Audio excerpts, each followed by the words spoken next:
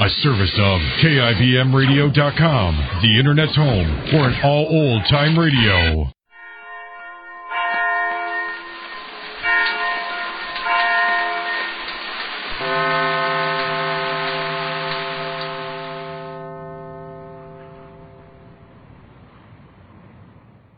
When the blue of the night meets the gold of the day, someone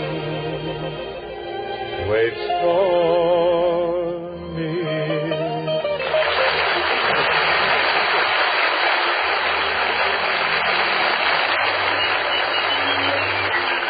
Yes, it's Bing Crosby and the Kraft Music Hall with John Scott Trotter and his orchestra, Eugenie Baird, the Charioteers, Charles Henderson and the Kraft Choir, and the weird and whimsical baritone to end all baritones, Jerry Colonna. What's news, Bing? Well, Kensington, when Cole Porter, who's famous for devising sophisticated ditties, finds himself at home on the range, that's news. Doing his brand new cowboy ballad, Don't Fence Me In. Oh, give me land, lots of land, under starry skies above. Don't fence me in. Let me ride through the wide open country that I love. Don't fence me in. Let me be by myself in the evening breeze and listen to the murmur of the cottonwood trees. Send me off forever, but I ask you please, don't fence me in. Just turn me loose. Let me straddle my old saddle underneath the western sky. Riding high on my cayuse, let me wander over yonder till I see the mountains rise in the sky. I want to ride to the ridge where the west commences and gaze at the moon till I lose my senses, 'cause I can't look at hobbles and I can't stand fences. Don't fence me in. Oh, give me land, lots of land under starry skies above. Don't fence me in. Let me ride through the wide open country that I love. Don't fence me in. Let me be by myself in the evening breeze and listen to the murmur of the cottonwood trees. Send me off forever, but I ask you please, don't fence me in, just turn me loose. Let me straddle my old saddle underneath the western sky. On my cayuse, let me wander over yonder till I see the mountains rise.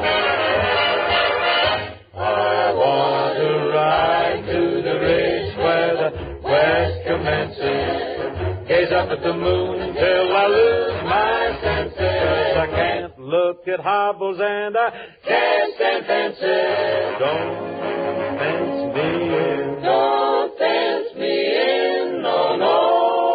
Papa, don't you fence me in.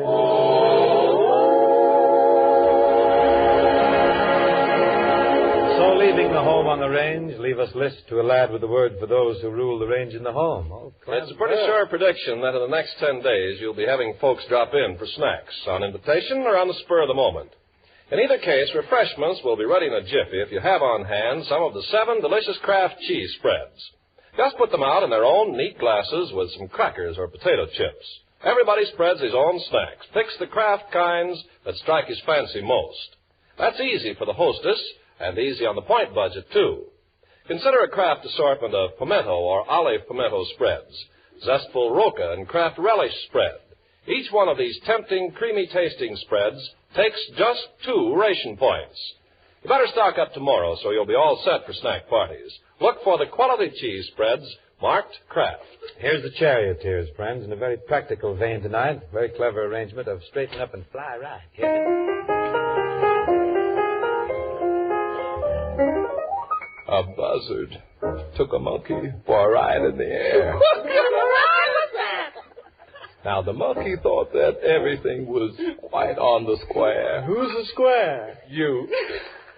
The buzzard tried to throw the monkey off his back. Bop. But the monkey grabbed his neck and said, Now look here, Jack. Straighten up and fly right. Straighten up and fly right. Straighten up and fly right. Cool down, Papa, don't you blow your top. Ain't no use of diving. What's the use of jiving? Straighten up and fly right. Cool down, Papa, don't you blow your top. Well, the mother told the monkey, you're choking me. Really sure, hold it, I'll set you free. The monkey looked the buzzard right dead in the eye. Said, your story's so touchy. It sounds like a lie. Straighten up and fly right. Straighten up and stay right. Straighten up and fly right. Cool down, Papa, don't you blow your top. Straighten up and fly right. Straighten up and fly right. Straighten up and fly right. Look out, Jack. You're snapping your cap. Ain't no use of diving. What's the use of diving? Straighten up and fly right. Cool down, boy, you're gonna blow your top. Well, the buzzard told the monkey, you're choking me. Really sure, hold and I'll set you free. The monkey looked the buzzard right dead in the eye. And said, your story's so touchy. It's still a lie. Straighten up and fly right. Straighten up and stay right. Straighten up and fly right. Cool down, Papa, don't you blow your top. Straighten up and fly right. Straighten up and stay right. Straighten up and fly right. Cool down, Papa, don't you blow your top.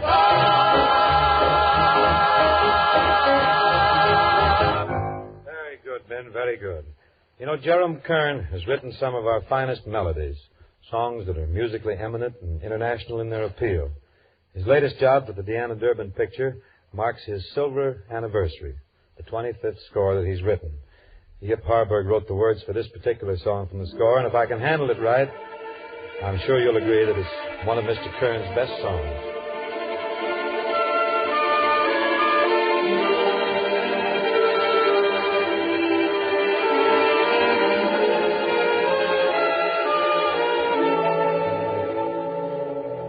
More and more, this heart of mine confesses. More and more, I'm caught in your caresses. Warmed by the breath of your sigh.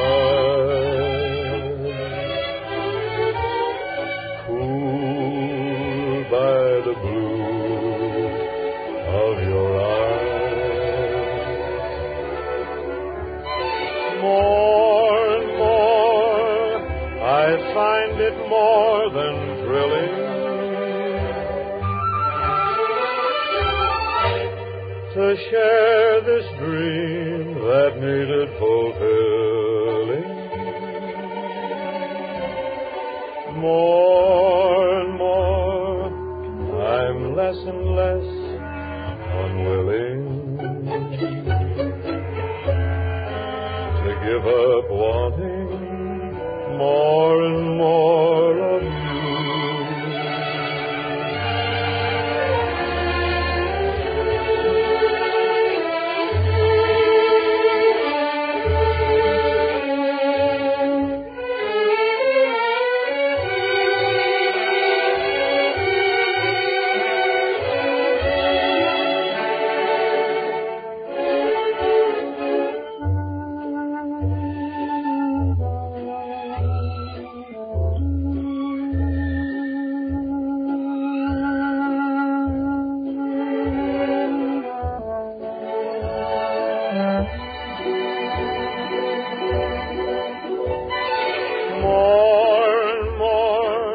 Find it more than thrilling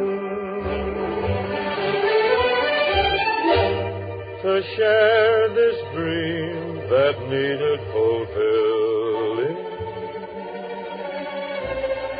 More and more, I'm less and less unwilling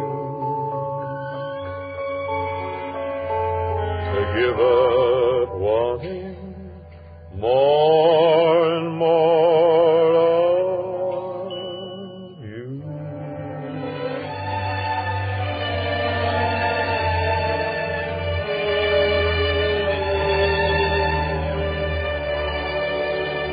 The velvety-voiced young lady who's new in the hall this season, name of Eugenie Baird, has just been here a short time, so California's kind of new to her, too. You like it out here, Eugenie?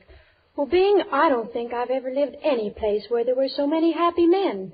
Many happy men? What makes you think that? Well, everywhere I go, they're always whistling. Mm-hmm. Well, you're all right till they begin barking, then you better break into a run. Didn't the boys that you knew back east break out a whistle when they flushed a sharp chick? Why, no, Bing. My boyfriend in New York never wasted time whistling. That's all right. Seems a very practical fellow. What say you carry on with the chanson here? Eugenie's going to give us a tune popular in La Belle France. It's known to us over here as My Heart Sings.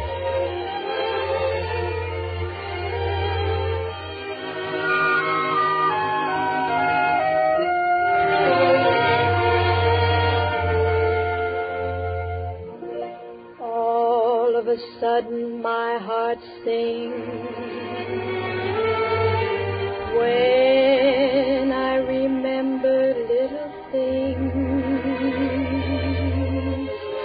the way you dance and hold me tight, the way you kiss and say goodnight, the crazy things we say and do, the fun it is to be with you, the magic thrill that's in your touch.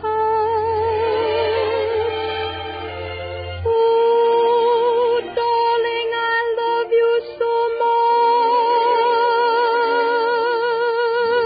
The secret way you press my hand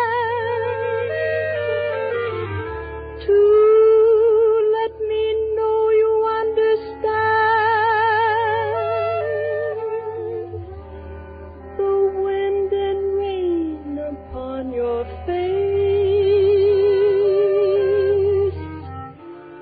the breathless world of your embrace,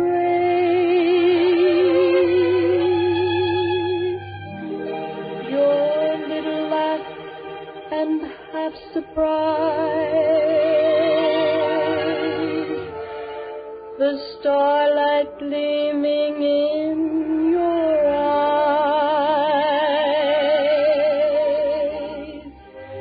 remembering all those little things.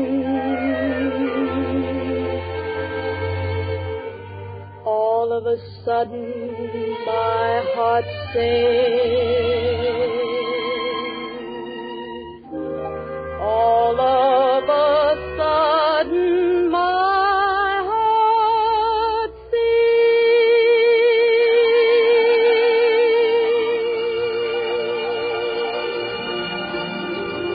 That's delightful, Eugenie. Lovely. Really smooth.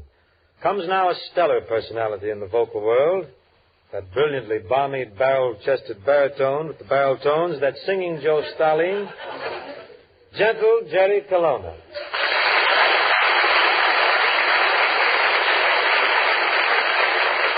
Greetings, Bing. Shall we sing high and high? Wait a minute, Jerry. Before breaking into the louder stuff, there's a few things that I must know.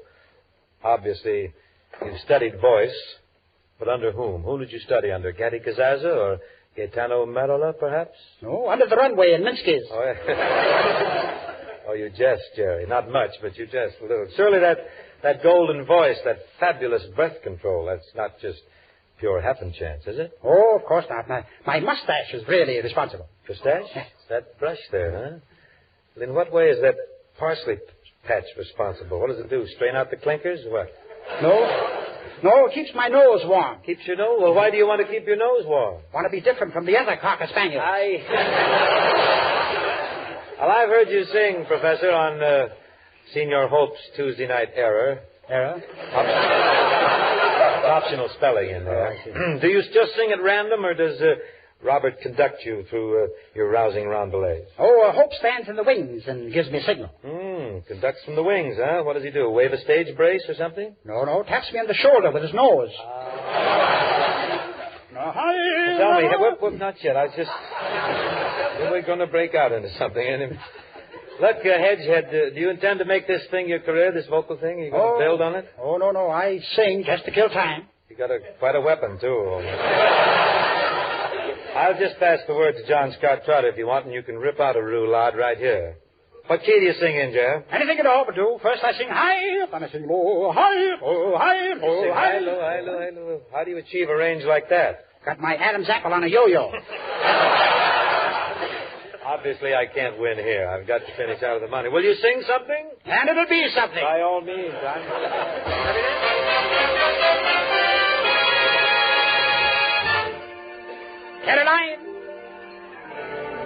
Caroline, I miss you in the morning when old Bob White gives his call. Caroline, I miss you at the sunset when the even and the shadows are fall. Caroline,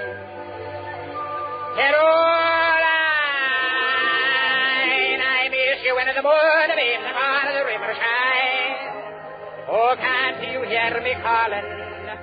Or you, Caroline? Can't you hear me calling, Caroline? It's my heart calling the dime.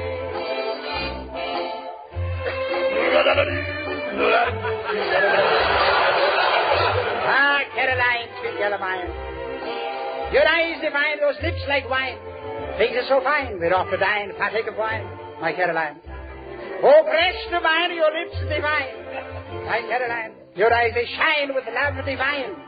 If any swine dare try to dine to you, Caroline, I'll make the swine drink iodine. For you are mine and I am thine. You're just my kind.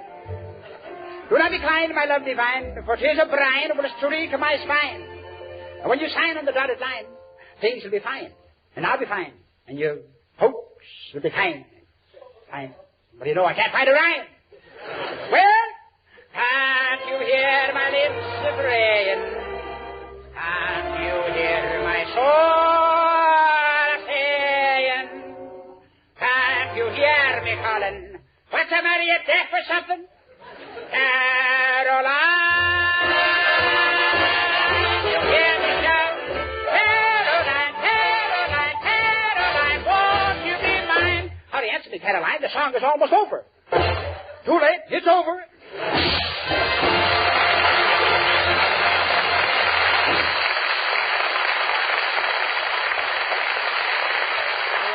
Professor, that was parfait. Every note a nugget. Now, Professor Carpenter, make yourself at home with a few notes for the homemakers, huh? Right in through here. It was an Englishman, the Earl of Sandwich, who invented the portable meal of 2 slices of bread put together with a rich, flavorful filling.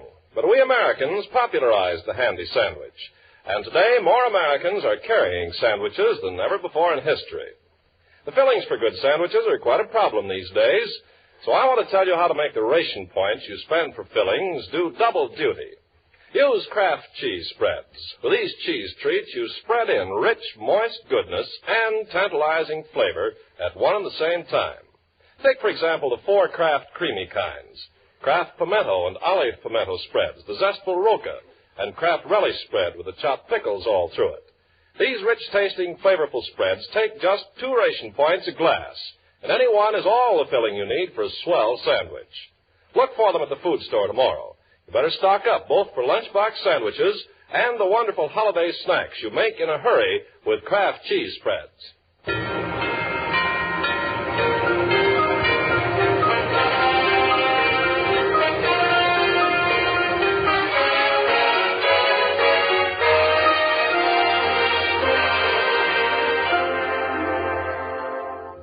Not so very long ago, Mr. Irving Berlin had the pleasant inspiration to weave a story in song around our national holidays.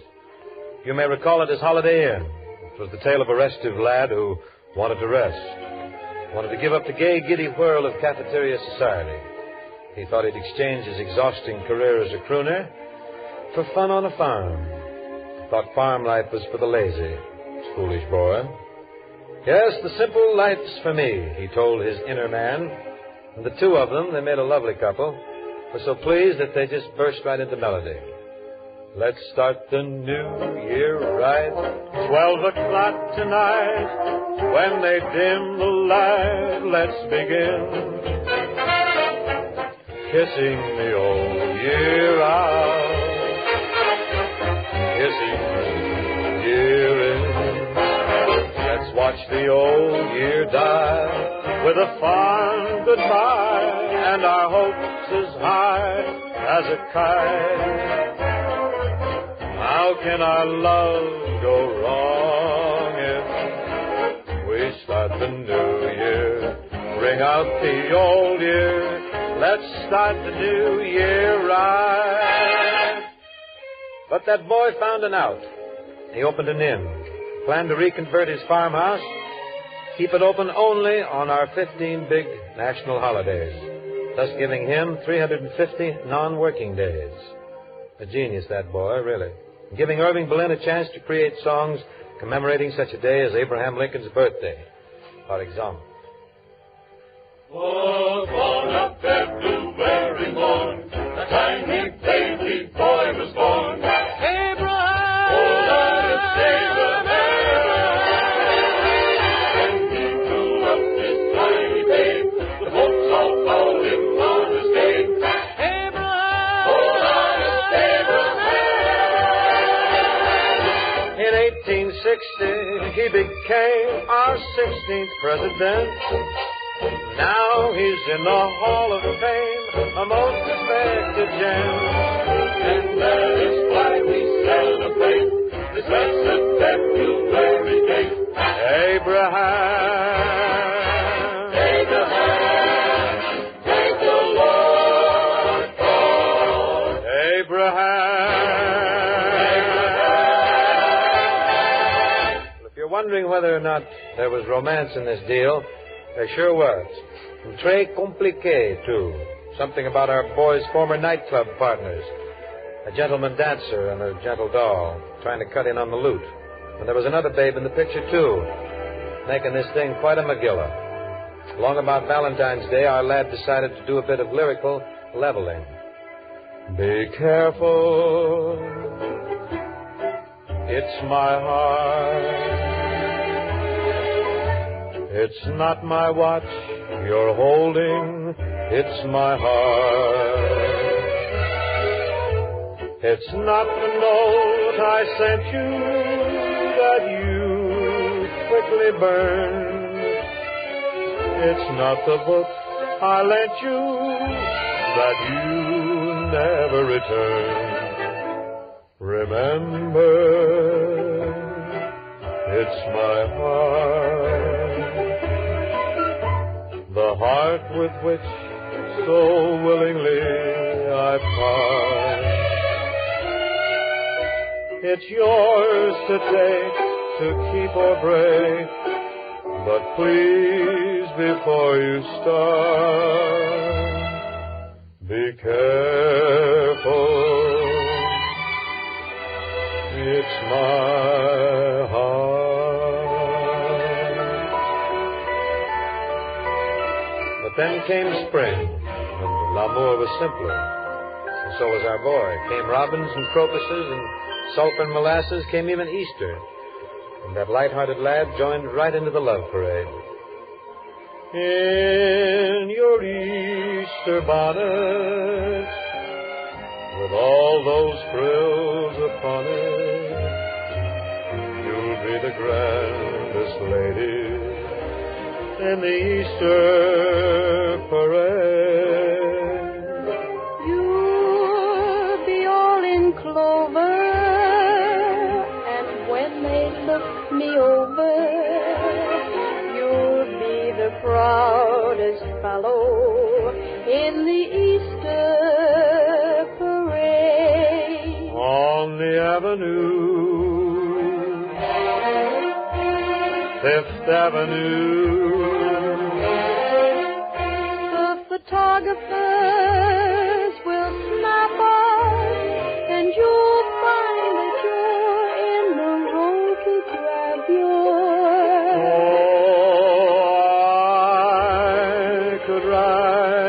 sonnet about your Easter bonnet and of the girl I'm taking to the Easter parade.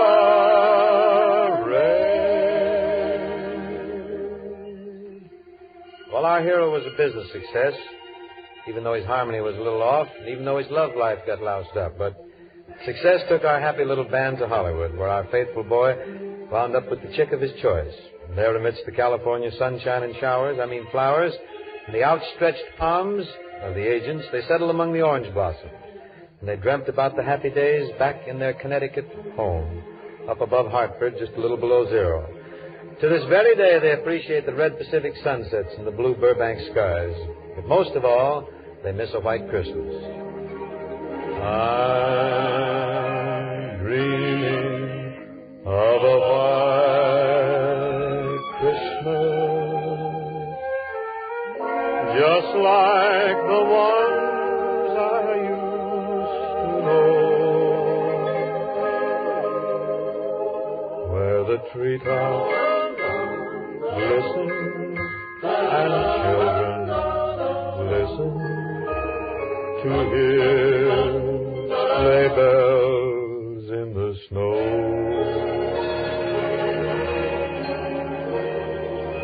I'm dreaming of a white Christmas, with every Christmas card I write. May your days be merry and bright,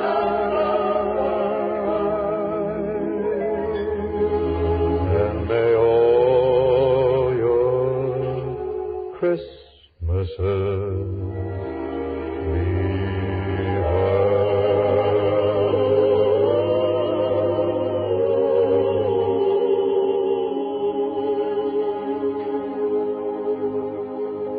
Just to have a word here before we close the old hall.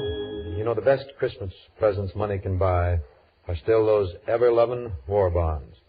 When you give a war bond, you're giving yourself a stake in the future of free men everywhere. When you buy a war bond, you're giving the men on every fighting front the gift that they want most, the assurance that the folks back home know the toughest battles are still to be won.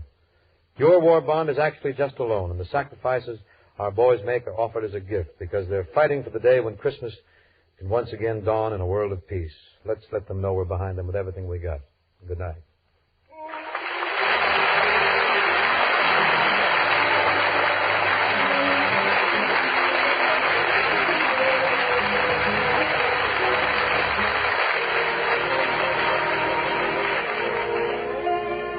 Tune in the Kraft Music Hall next Thursday when our usual Christmas show will include the Kraft Choral Society, with Bing singing Adeste Fidelis and Silent Night, and with John Scott Trotter and his orchestra, Eugenie Baird and the Charioteers. Terry Colonna appeared on tonight's show through the courtesy of Pepsodent.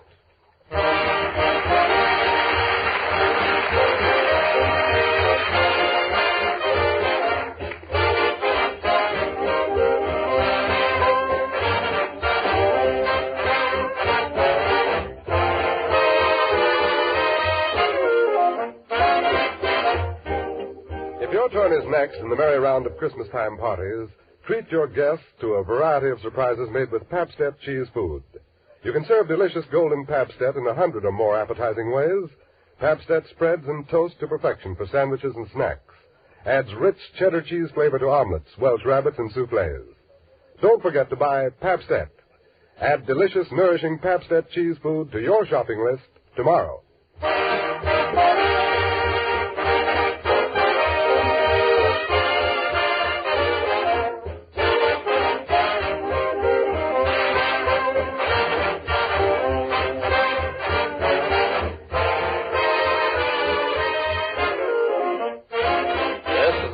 Broadcasting Company.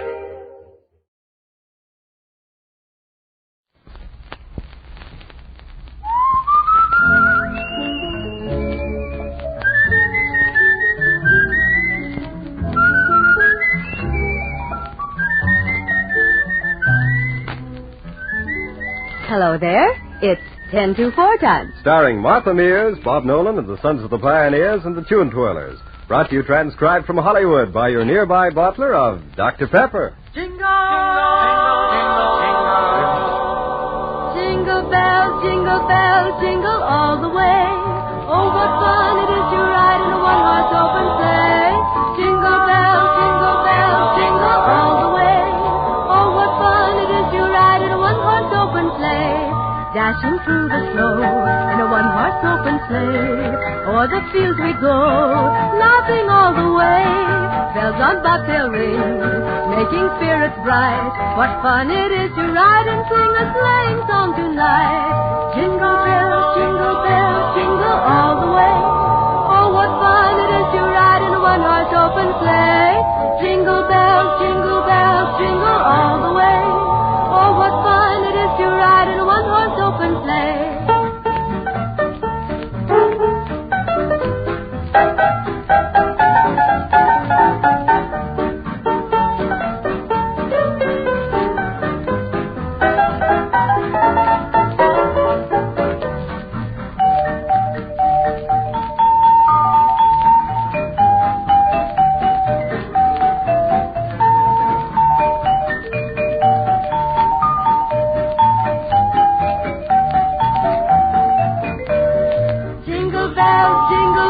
Jingle all the way.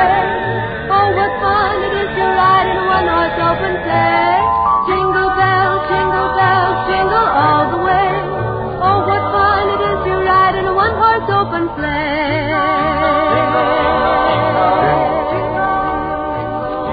Jingle, jingle, and it keeps right on jingling. It wouldn't be Christmas without Jingle Bells, Don. It won't be Christmas anyway for me. Oh, poor Foghorn. What's the matter now, boy? Oh, the trouble is, Martha, that Foghorn's letter to Santa Claus was returned stamped extra postage due. No, gee, you must have written Santa Claus an awfully long letter, Foghorn. What all did you ask for? Oh, I just wanted to spend Christmas down in Dixie, that's all. Listen to that boy from Dixie. How come you like the South Country so much? Oh, why, little girl, that South Country's got everything. Everything? Yeah, double everything. That's what I like about the South. Why, listen, why rave about the Carolines or even about a cabin in the pine? Why moan about the Swanee shore? Why brag about the southern moon and how those levee workers can speak like this and you'll impress me more? Now you listen. Fried chicken, nice and sweet, corn pone and possum meat, old mince pie that can't be beat. Now that's what I like about the South. You take pigtails and black-eyed peas, hog maw and cottage cheese, and you eat just as much as you please. That's what I like about the South. Biscuits, you ought to take the ones Aunt Jenny made. Flapjack, don't kind of short, where Jenny's good whole cake. Now hot bread and turnip green, good old fatback and lima beans, man. They know what living means. That's what I like about the South, down yonder. That's what I like about the South. Powerful persuasive, Foghorn. You demonstrated that there's plenty to like about the South, just as Don Forbes can also demonstrate that there's plenty to like about Dr. Pepper. Thanks, Martha. But far better than any demonstration by me is for folks to try Dr. Pepper themselves and let it demonstrate. Yes, folks, Dr. Pepper speaks for itself. Drink Dr. Pepper at 10, 2, and 4 o'clock daily for, say, 3 days. Let your palate revel in the keen, delightful Dr. Pepper flavor. Nippy tart, yet mellow sweet. That exclusive blend of subtle taste appeals opens the door to a new world of satisfaction. Experience that quick, effective energy lift, powered by Dr. Pepper's famous liquid bite to eat. Will you like Dr. Pepper then? Say you'll love it, abidingly. So at 10, 2, and 4, look at the clock, get a cold Doc. Now, the best always sells first. It's tough when you're all in to hear the dealer say, all out. But if you're too late, don't take a second best. Make a second try. The extra satisfaction is worth the extra steps.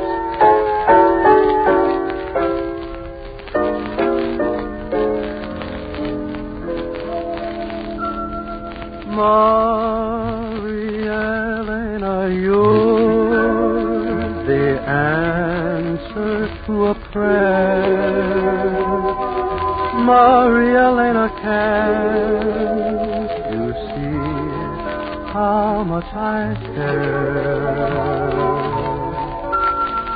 To me, your voice is like the echo of a sigh. And when you're near, my heart can't speak above a sigh. Maria Elena, say that we will never part. Maria Elena, take me to your heart.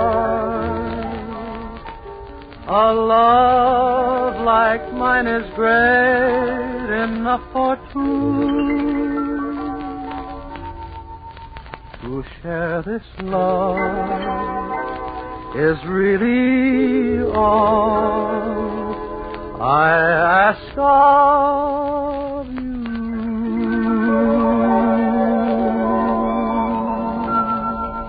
South American romance. And love beneath a balcony. Yeah, somebody ought to drop a flower pot on his head. Now, see here, Foghorn. I resemble that remark. No, you resemble a flower pot. I think that both of you resemble a couple of wild jackrabbits, and I wished it was open season. Open season, Bob? That's right. I'm cleaning my rifle, and I'm going to take a pot shot at both Ken and Foghorn if they don't join in. Come on, you pioneers. Little bit lonesome, little bit blue, cleaning my rifle, dreaming of you. Beautiful memories come into view while cleaning my rifle and dreaming of you. That goodbye kiss you left on my lips is still just like new, and the dream you left in my heart will someday come true. But in the meantime, think of me do, cleaning my rifle and dreaming of you.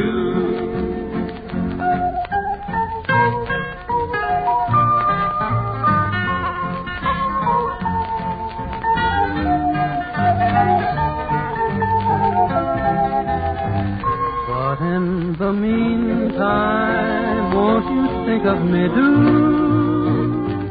cleaning my rifle and dreaming of you.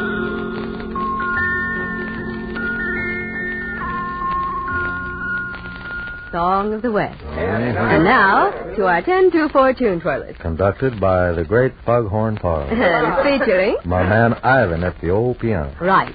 It's the Tune Twirlers and Ivan Ditmars with Ivan's own smart keyboard arrangement of Blue Danube Swing.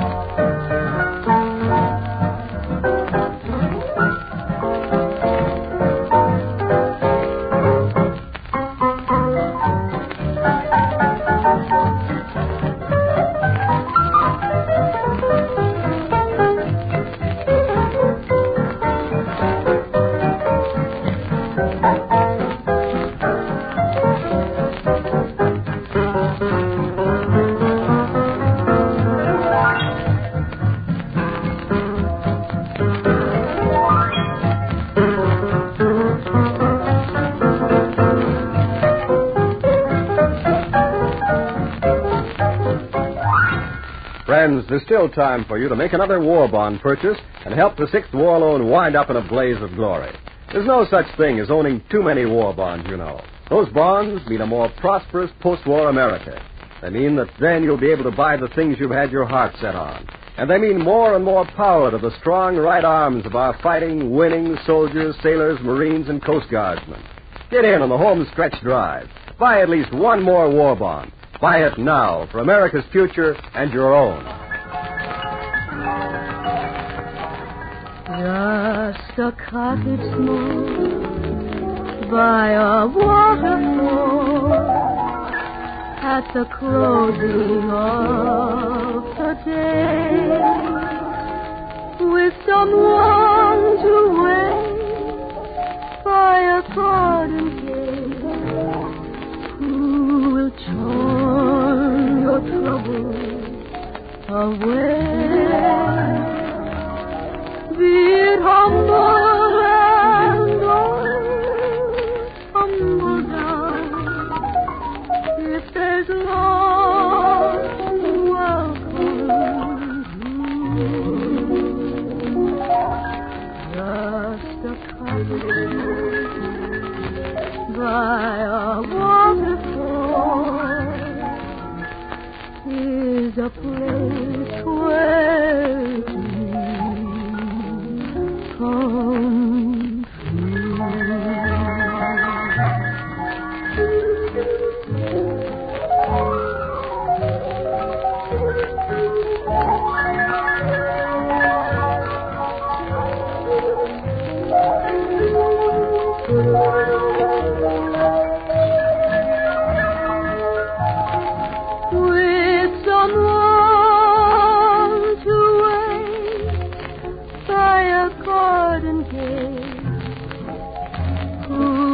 Charm your troubles away.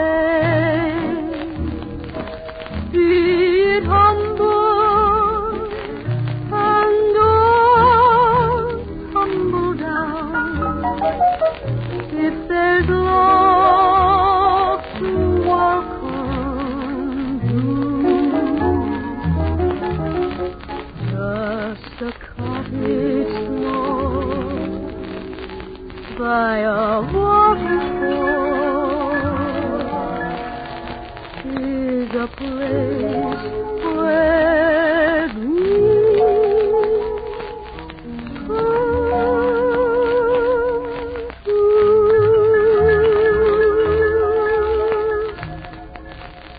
That's all for now, friends. It's time to be whistling along.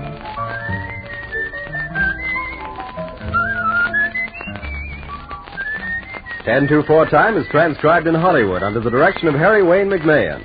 Musical highlights are recorded for broadcast by both shortwave and longwave radio stations to our American soldiers all over the world.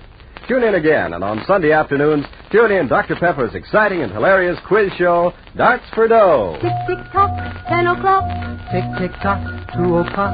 Tick, tick, tock, 4 o'clock.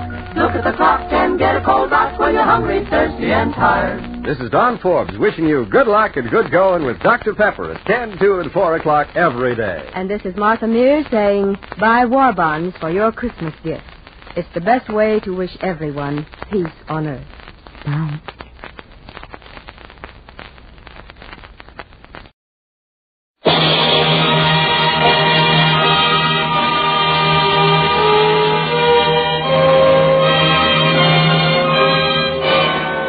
Philco Corporation, world's largest radio manufacturer, presents your Radio Hall of Fame.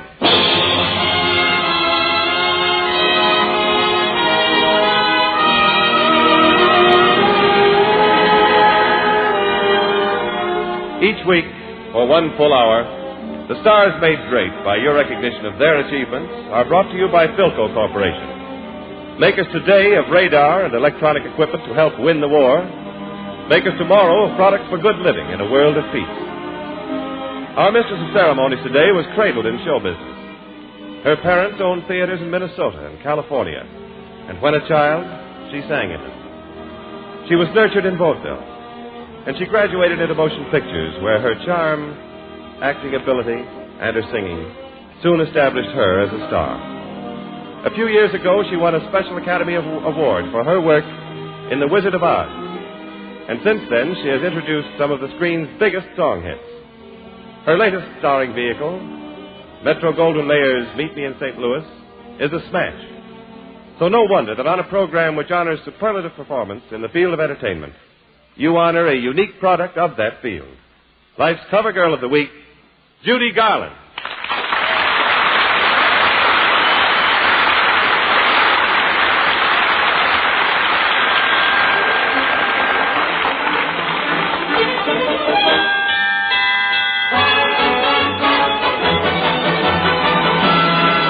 With my high starch collar and my high top shoes and my hair how high upon my head, I went to lose a jolly hour on the trolley and lost my heart instead. With his light brown derby and his bright green tie, he was quite the handsomest of men. I started again, so I counted to 10, then I counted to 10 again. Clang, clang, clang went the trolley. Ding, ding, ding went the bell. Ding, ring, zing went my heartstrings. From the moment I saw him, I fell. Chart, chart, chart went the motor. Bump, bump, bump went the brake. Thump, thump, thump went my heartstrings. When he smiled, I could feel the car shake. He tipped his hat and took the seat. He said he hoped he hadn't stepped upon my feet. He asked my name, I held my breath. I couldn't speak because he scared me half to death. Buzz, buzz, buzz went the buzzer. Flop, flop, flop went the wheels. Stop, stop, stop went my heartstrings. As he started to go, then I started to know how it feels when the universe reels. They were bright, the air was green. California circle turned you off your feet. You tried to see, but couldn't see. In fact, you lost the soul, you couldn't even see. Buzz, buzz, buzz, went the buzzer. Flop, flop, flop went the wheels. Stop, stop, stop went my heartstrings. As he started to leave, I took hold of his sleeve with my hand. And as if it were planned, he stayed on with me, and it was grand just to stand with his hand holding mine to the end of the line.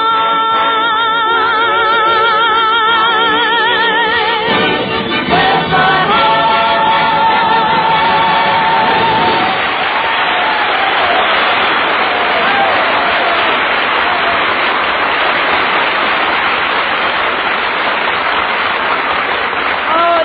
very much.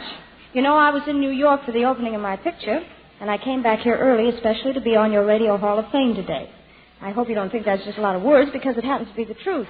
You see, I really and truly feel it's a compliment to be your mistress of ceremonies on such a fine show. And I'm very glad we have such a grand-looking audience, including 500 servicemen from the Hollywood Guild Canteen, who are all my friends, I hope. Hiya, boys! That's what I like to hear. Well, anyway, we've got a grand lineup today. Lum and Abner and Jerry Colonna and Les Paul and his trio, and, of course, Paul Whiteman. That's right, Judy. And may I congratulate you at this late date on the grand way you sang the trolley song. Oh, thank you. Is that the first time it's been on the Radio Hall of Fame, Jimmy? The first? Oh, sister, that trolley song has been sung on this program so much you'd think we were sponsored by a traction company, believe me. But nobody sings it quite like you. Oh, well, maybe your next singer will do it better. Oh, Judy, as far as the trolley song is concerned, this is the end of the line.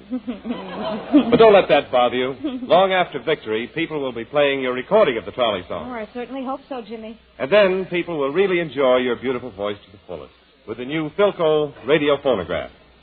Because the same engineers who made Philco America's favorite radio phonograph before the war, the favorite for its beauty of tone, will bring you many new improvements. Yes, when you play your favorite records on your new Philco, you'll realize that you never actually heard them before. For the first time, you'll enjoy the entire tonal range, from deep, mellow bass to high, brilliant treble. You'll hear all those glorious overtones that add such amazing warmth and life to music. Listening to your Philco radio phonograph will be a new experience in entertainment. Studio performance right in your own home. Yes, for that new thrill from both radio and recorded music, be sure to see your Philco dealer after Victor.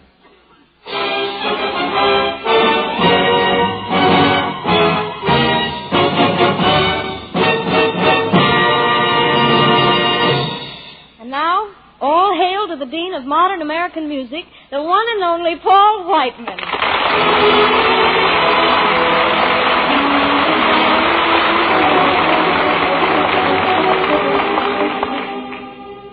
Paul, I want you to know that I'm really thrilled to be on the same program with you. Oh, that goes double, Judy. You've been a favorite of mine ever since I saw you in The Wizard of Oz. I like you and the characters in it, especially that scarecrow. Yeah, that scarecrow was a popular figure. Sinatra still is popular.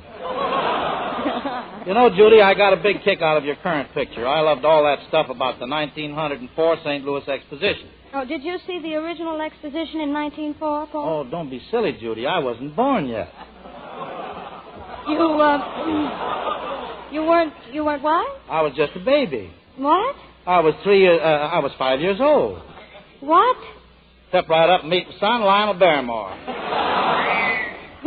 Well, Paul, what's going to be your next trip to the land of music? Judy, I'm going to take this trip with a man named Les Paul, who was recently discharged from the Army and who is one of the greatest players of the electric guitar I've ever heard. Well, do you know something, Judy? Sure. When Les was in the Army, he played on so very many of the Armed Forces radio service programs, he became a favorite of our GIs overseas. It all adds up to his being one of the best electric guitar players in the world. Took the word smack dab out of my mouth, Judy, and he's going to show just why we think he's so good when the orchestra with Les Paul as soloist plays Cole Porter's Begin the Begin.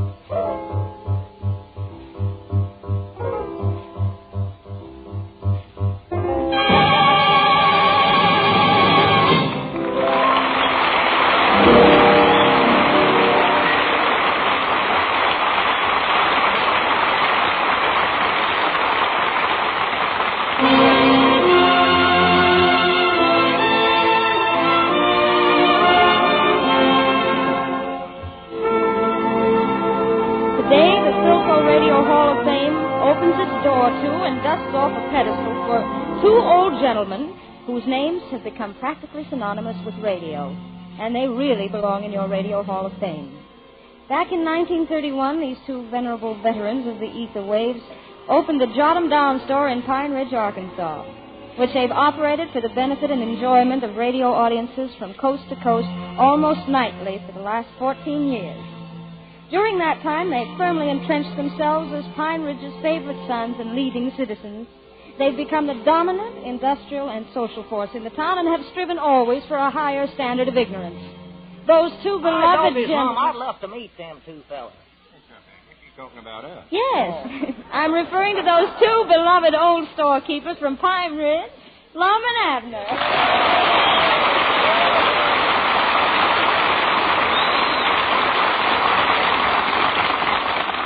Well, thank you, Miss Garland. It was mighty thoughty of you to say them nice things about us.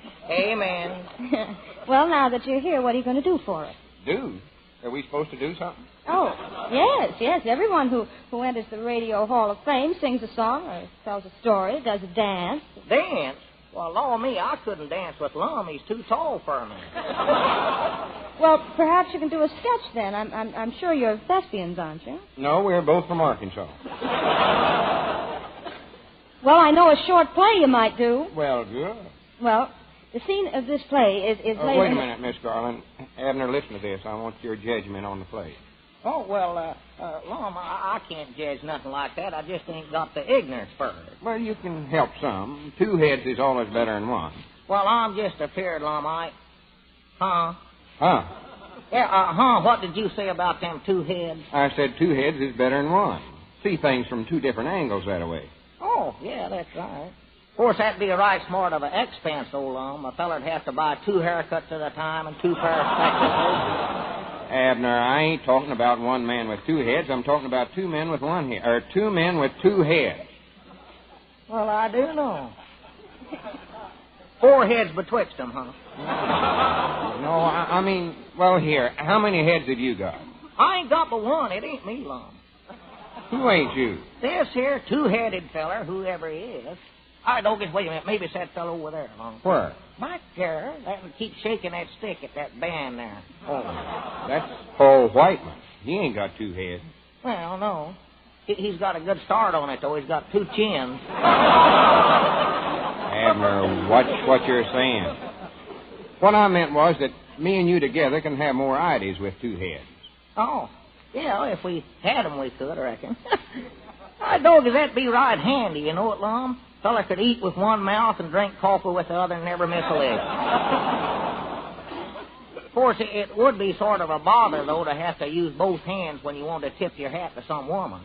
My goodness, you got the craziest imagination I ever seen on a human. Yeah, see, you know, an extra head would be nice company for a feller, Lum. Him and himself could sort of get up a checker game, couldn't he? Reckon they'd get into an argument with yourself that way? I don't know. That'd be awful handy for watching a tennis game. You wouldn't have to keep swinging your one head backwards and forwards. For goodness sakes, Abner, hush up and let Miss Garland tell us about this play we're going to do. Go ahead, Miss Garland. Well, the scene is laid in the frozen north where the night... Well, good morning, Frank. Good morning, Abner. Excuse me, Miss Garland. Howdy, Frank. Frank. Frank who? Where? Huh? Who was that you were speaking to? Oh, nobody.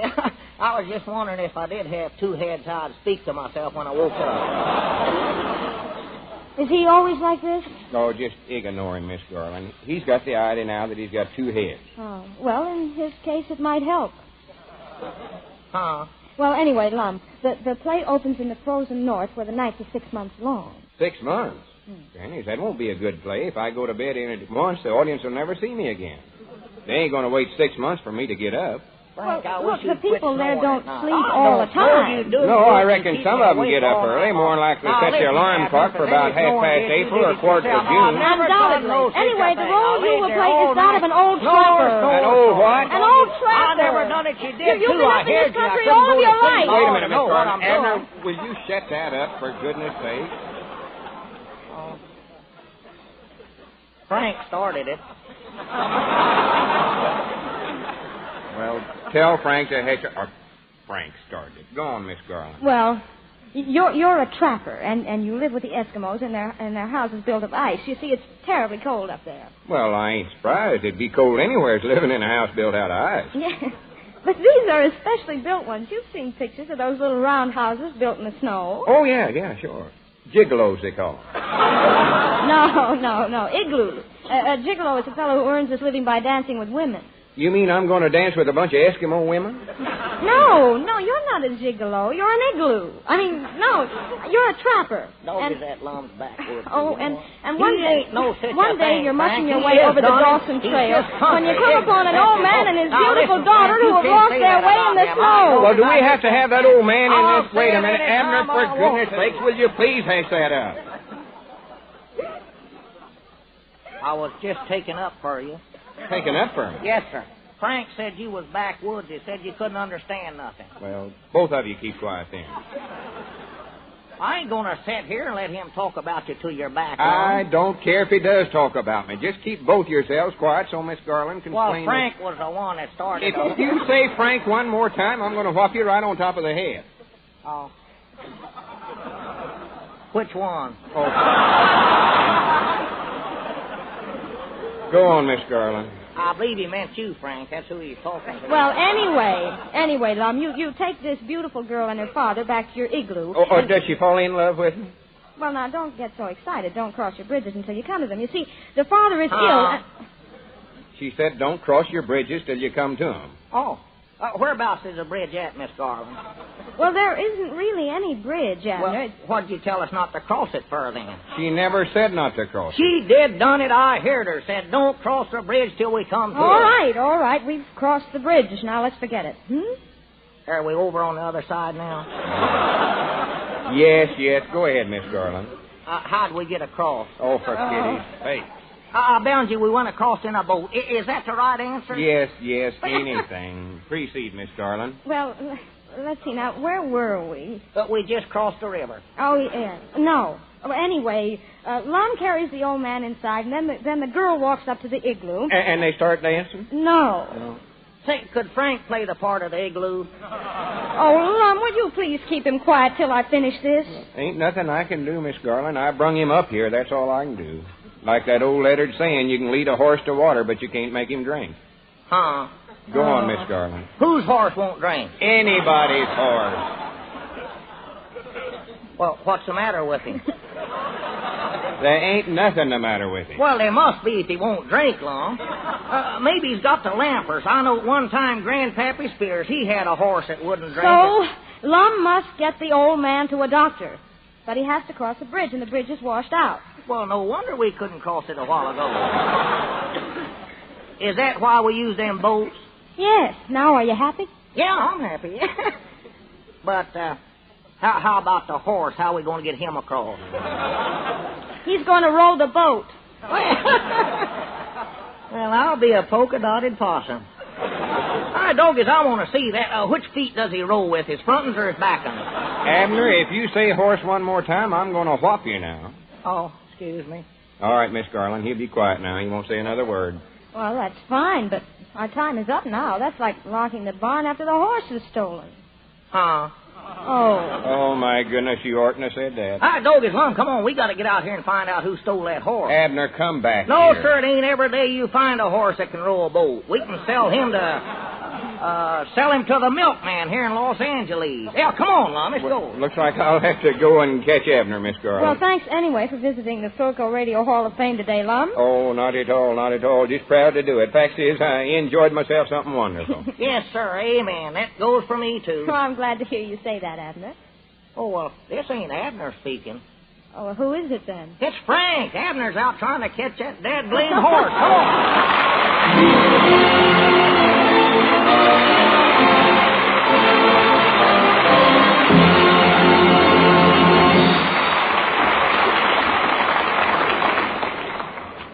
There's another tune in Meet Me in St. Louis that I think really deserves to be on your Radio Hall of Fame. At the moment, it seems quite timely, and so with Mr. Whiteman's assistance, I'd like to sing it for you now. Have yourself a Merry Christmas.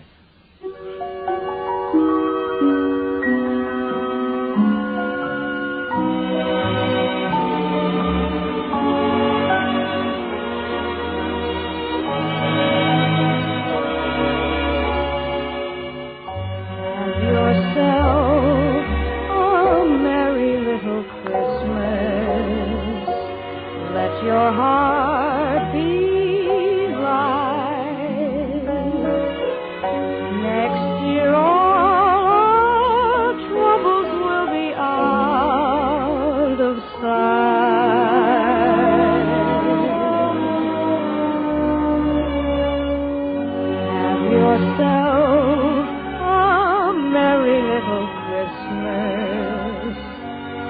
Let your heart be gay.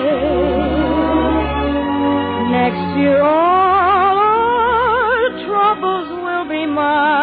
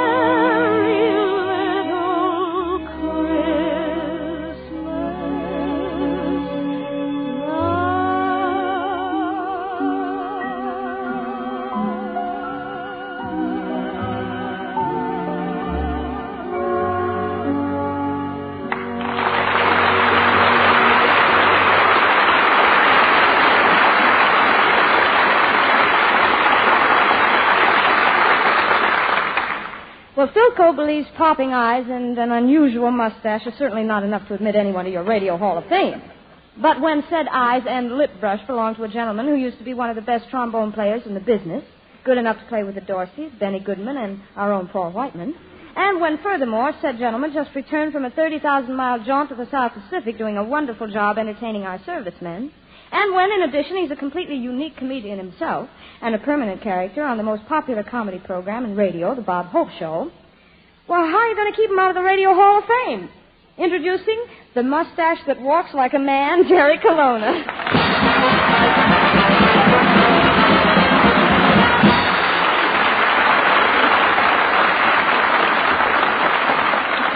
Thank you, Judy. Well, welcome to the Radio Hall of Fame, Professor. Thank you very much.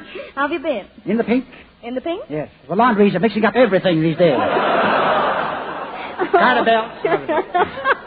Well, Professor, it's been a long time since I've seen you. Remember when we worked on the Bob Hope Show together? Ah, yes. Since then, I've had my ups and downs. How come? Swallowed my yo-yo. Professor, you've worked for Hope for a long time. Now tell me, privately, what do you think of Bob? I think Mr. Hope is the finest boss a man ever had. He's kind. He's generous. He's handsome. He's talented. You know, when you got a wife and kid, they got you up against a wall. Oh, well then, Jerry, you shouldn't feel that way. The Yuletide season is almost here, and everybody should be friends. Oh, yeah? I remember last year. I got dressed as Santa Claus, climbed down someone's chimney, and got arrested. Really? Why? It was 4 months before Christmas. Oh, Professor, why do you act this way? Well, you see, I never told this to anyone, but when I was a baby, my mother dropped me on my head. Oh, I'm sorry. Oh, that's all right. You know a better way to crack walnuts? Oh, Professor, what are your plans for this Christmas? Oh, I'm going to dress up as Santa Claus again, hitch up my reindeers to a sled, and say, giddy up, Dunder, giddy up, Blitzen, giddy up, Eleanor. Eleanor? Yes. She's just going along for the ride.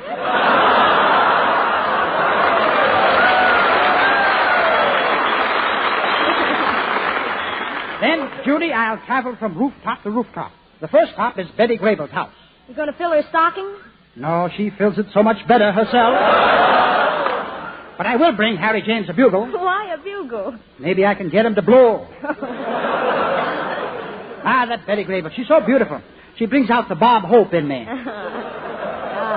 But what if Harry sticks around? Then there'll be nothing doing, and I'll tell you why. All right.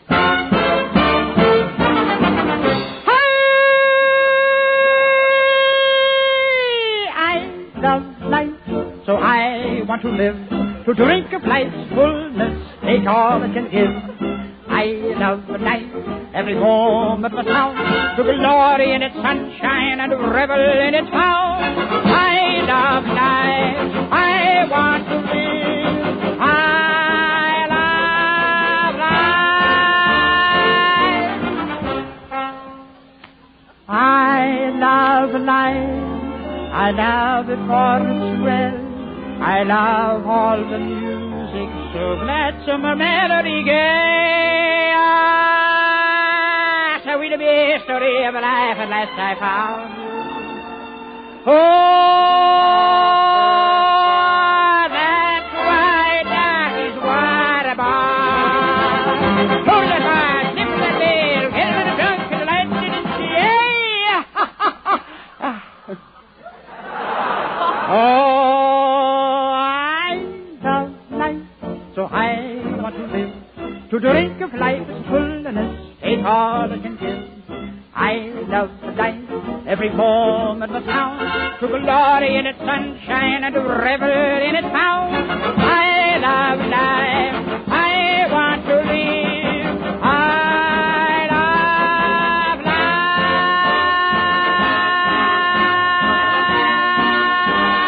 I love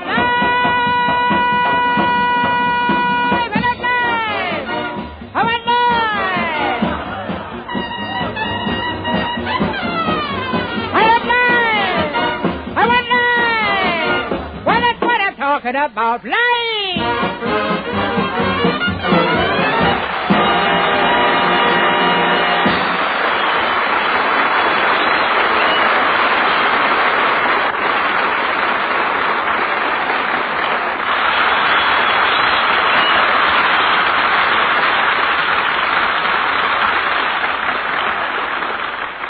The last few years have put all mechanical products to a severe test.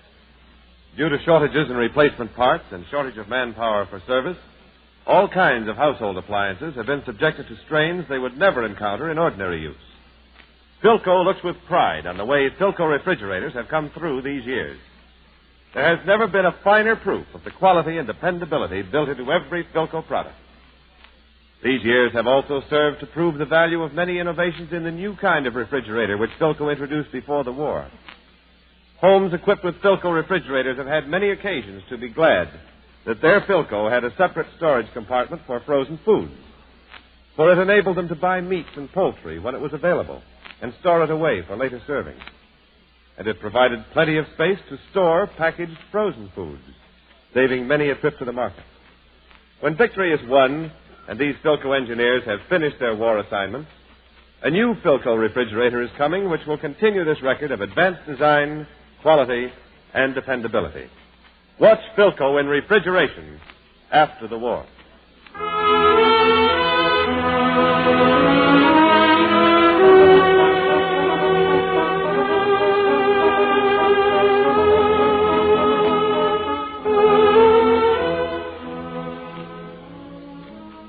Your Radio Hall of Fame continues after station identification.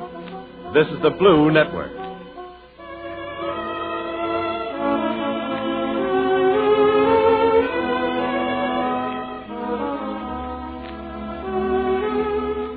You are listening to Philco's Radio Hall of Fame, which today gives a citation to these stars made great by your recognition of their achievements. Lum and Abner, Jerry Colonna, Les Paul and his trio, Paul Whiteman, and your mistress of ceremonies, Judy Garland, who steps out of her niche to resume her mistress of ceremonying. Well, when you have an artist on a program like Les Paul, who plays an electric guitar, it's very hard to resist saying things like this. They like the voltage in that electric guitar of yours so much. Les, how about throwing the switch and turning on some more juice and giving us another sample of your high-frequency music? But I'm going to resist saying that. Because, after all, when musicians like Les Paul and his trio play a galumphous number like Blue Skies, you don't really have to say anything more than that. So, Les, the stage is yours.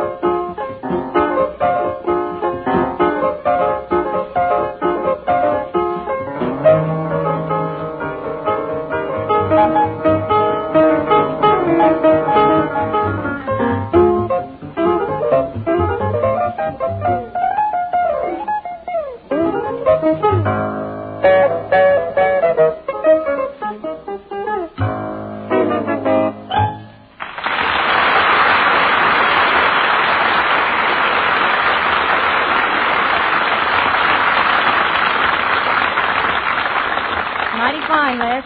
Oh, Miss Garland. Yes, Lum. Me and Abner got to be getting on back to Pine Ridge, and we come to say goodbye. Oh, that's very sweet of you. And we just want to tell you, Miss Garland, that it's been a pleasure. I doggies getting to work with a genuine movie star. You know, someday maybe we can do a love scene together. Just the three of us. Well, why don't we do one right now? We've got a famous Hollywood director with us. Who's that? Why, it's me, J. Orson Colonna, genius at the cinema, expert on Technicolor, producer of Class A pictures, also cigarettes rolled while you wait.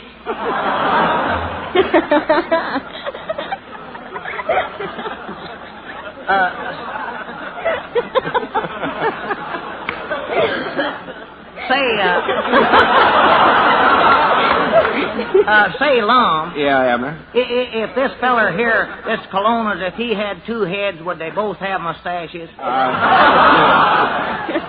Oh, to come to think of it, though, I believe he's got enough there to cover both faces. Well, look, let's get on with this picture. I've got an idea. We can do a road picture. Now, Lum and Abner, you can be Bob Hope and Bing Crosby. Yeah, I'll be Bing. Now, why do you think you ought to be Bing?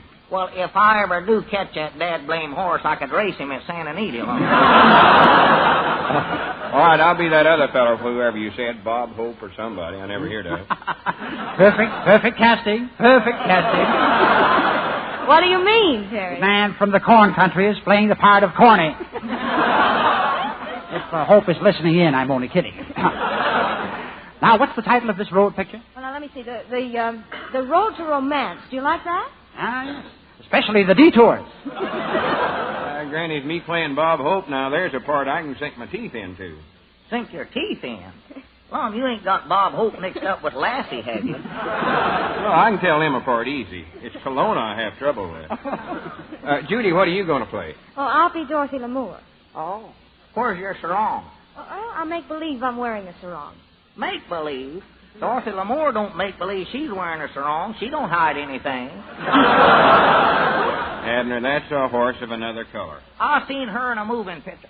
Huh? Uh-oh. What color was he in the first place, Lum? I don't know.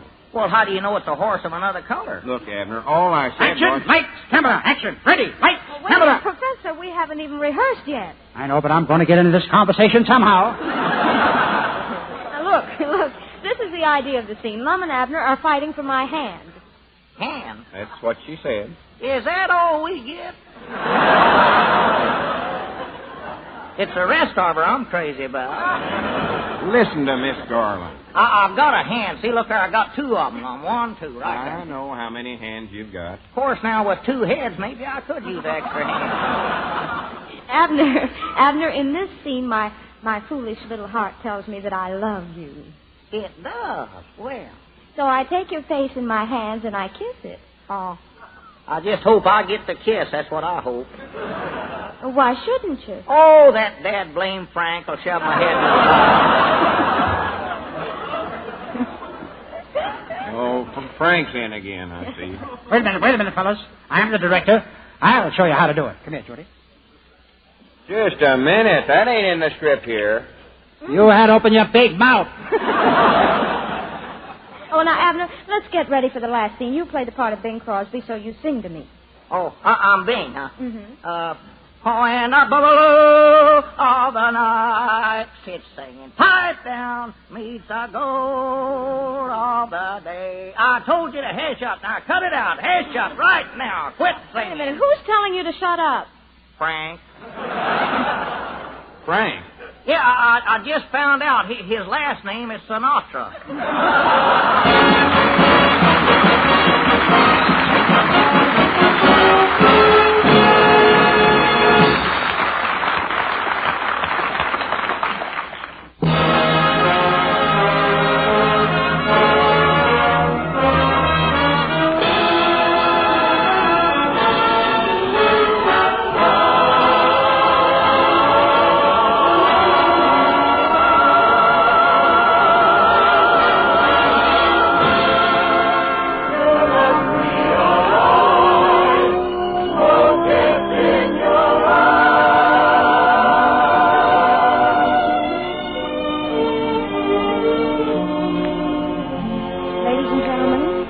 hope you'll forgive my becoming somewhat lyrical, but I believe the man of whom I'm going to speak, and to whom Paul Whiteman, Les Paul, the trio, Paul Whiteman's orchestra and chorus, and yours truly pay tribute, is worthy of lyrical praise. He's composed hundreds of songs, melodious, poignant, wistful, tender, and utterly enchanting. Jerome Kern has brought to the treasury of American song the wealth of his own great talent, and he's enriched the American scene for his being part of it. Because our own Paul Whiteman is honorary chairman of Kern Jubilee Week, in which the entire entertainment world pays homage to this great composer, in his honor, we play and sing his music.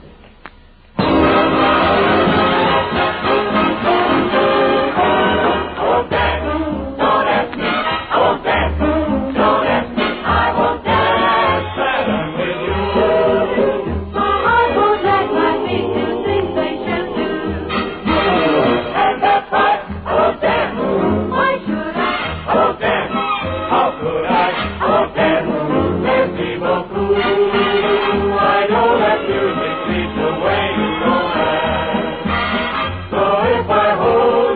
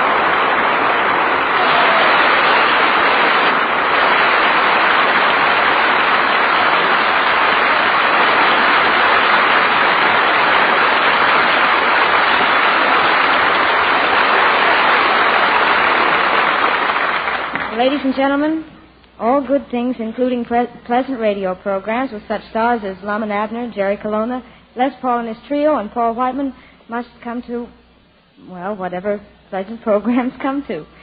But before I go, there's something I'd like to say.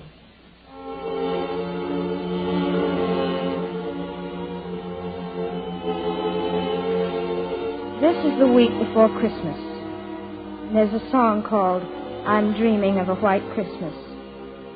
A song full of sentiment and nostalgia and memories. A song that's a favorite of our men overseas. For almost every singer who goes over there to entertain is asked by them to sing it. And yet, on this day, a week before Christmas, it's not a white Christmas of which most of us dream, but a peaceful Christmas. I'm dreaming of a peaceful Christmas. Sing the hearts of America's sons and daughters. A peaceful Christmas. When our men who are fighting nature and the enemy are men who are human like you and I. Are men who are asked to endure beyond human endurance the cold and the mud as they fight through the Tsar. The mud and the cold as they fight through Italy. The jungle and rain and mosquitoes as they fight through Leyte. When these men have cast off their uniforms and dropped their guns, and empty places at the Christmas table will be filled, and the places still empty will be filled by memories whose bitterness has been sweetened by time. And men who perhaps have never seen their children will play Santa Claus for their children, with red garments and white whiskers, replacing the grime and dirty beards they now wear. And Christmas will have a meaning. Will have the meaning it was meant to have by those who loved Him. I'm dreaming of a peaceful Christmas, and so are you. And there are times when it may seem far off, but it'll come. It will come.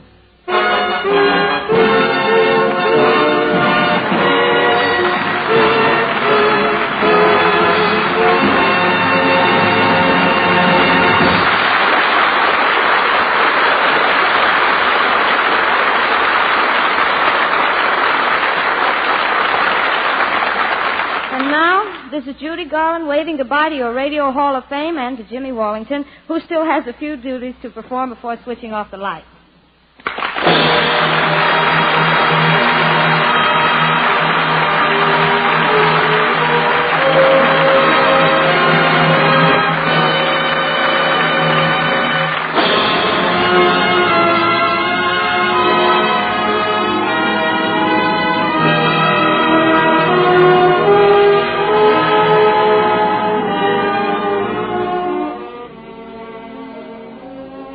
Ladies and gentlemen, have you seen your newspaper today?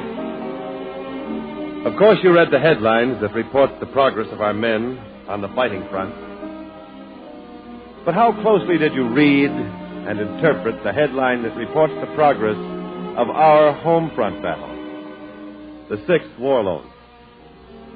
If your community is lagging behind in its quota, and you still haven't bought your extra war bond, you have a decision to make that you can't escape. Are you content that your community should be among those who fail to do their part? Do you believe that you can leave it to your neighbors to carry your share of the burden? The one right answer to these questions will lead you to act without delay, no matter what the inconvenience or the sacrifice. At least one extra war bond, over and above your regular purchases, will put you in the clear. Buy it, and buy it this week without fail from your Victory Volunteers.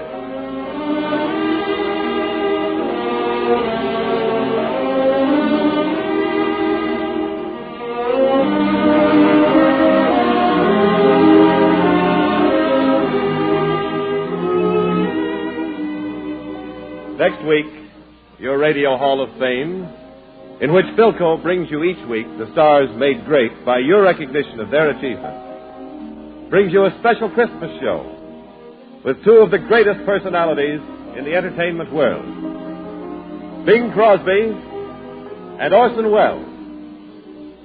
This is Jimmy Wallington, who will be at the same old stand next week, ready to escort you through the gates of your Radio Hall of Fame.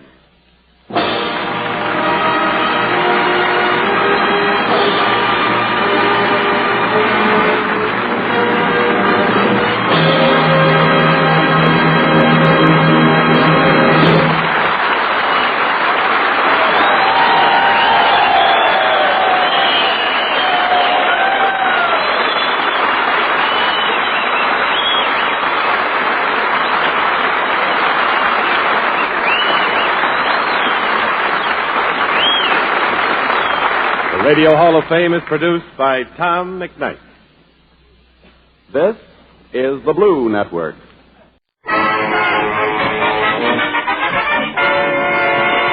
Here he is, folks. During the day, he's busy acting in the forthcoming movie, A Bell for Adamo. But tonight, he's just a big kid eagerly waiting for Christmas. The first Christmas Eve I remember, my grandma told me to go out on the porch and drag in the Yule log. The Yule log turned out to be Grandpa. The American Meat Institute presents William Bendix in The Life of Riley.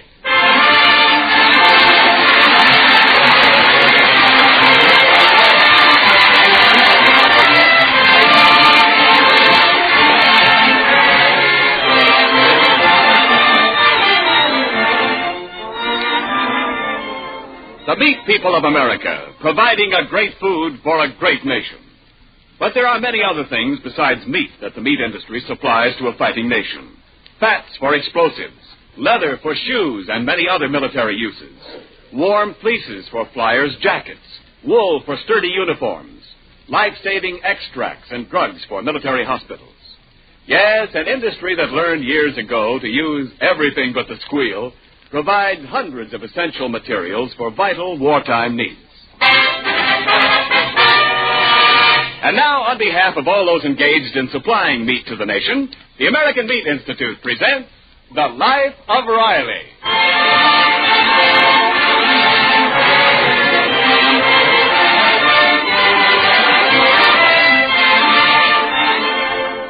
Well, it's the week before Christmas, and all through the land, people are busy sending and receiving gaily wrapped packages.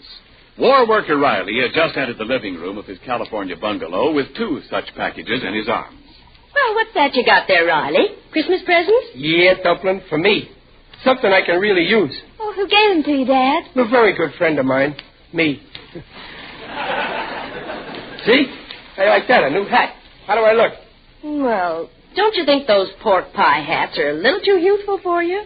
No. The man in the store said I got the perfect face for a pork pie hat. Oh, what's in the other package, Pop? Cigars.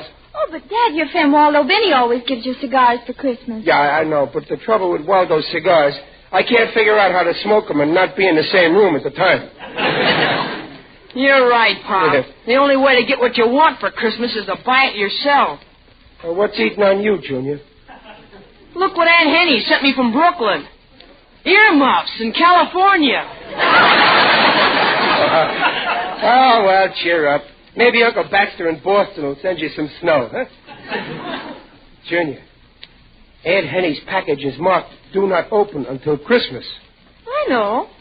You knew, and you opened it? Oh, what's wrong? Junior, it's against the spirit of Christmas. Why, yes. You should have waited until Christmas morning when we all open our presents. Oh, gee. Besides, it ain't just the idea of opening a package. It's what's behind it. It shows you ain't got willpower. Oh, maybe not, but I just had to know what was in it. Peg, this boy don't take after me. No willpower. No, but he has got your good look. Now, that's sweet, Dumpling. I can't argue because it's true. Listen, Junior, you gotta develop willpower. Remember, life is just a bowl of cherries, which means there are lots of pits you can fall into. Only willpower can save you from the pitfalls. Oh, the door. I'll answer it. Anybody who ain't got willpower ain't fit to fight the battle of life. Now, take me, for instance. I got willpower.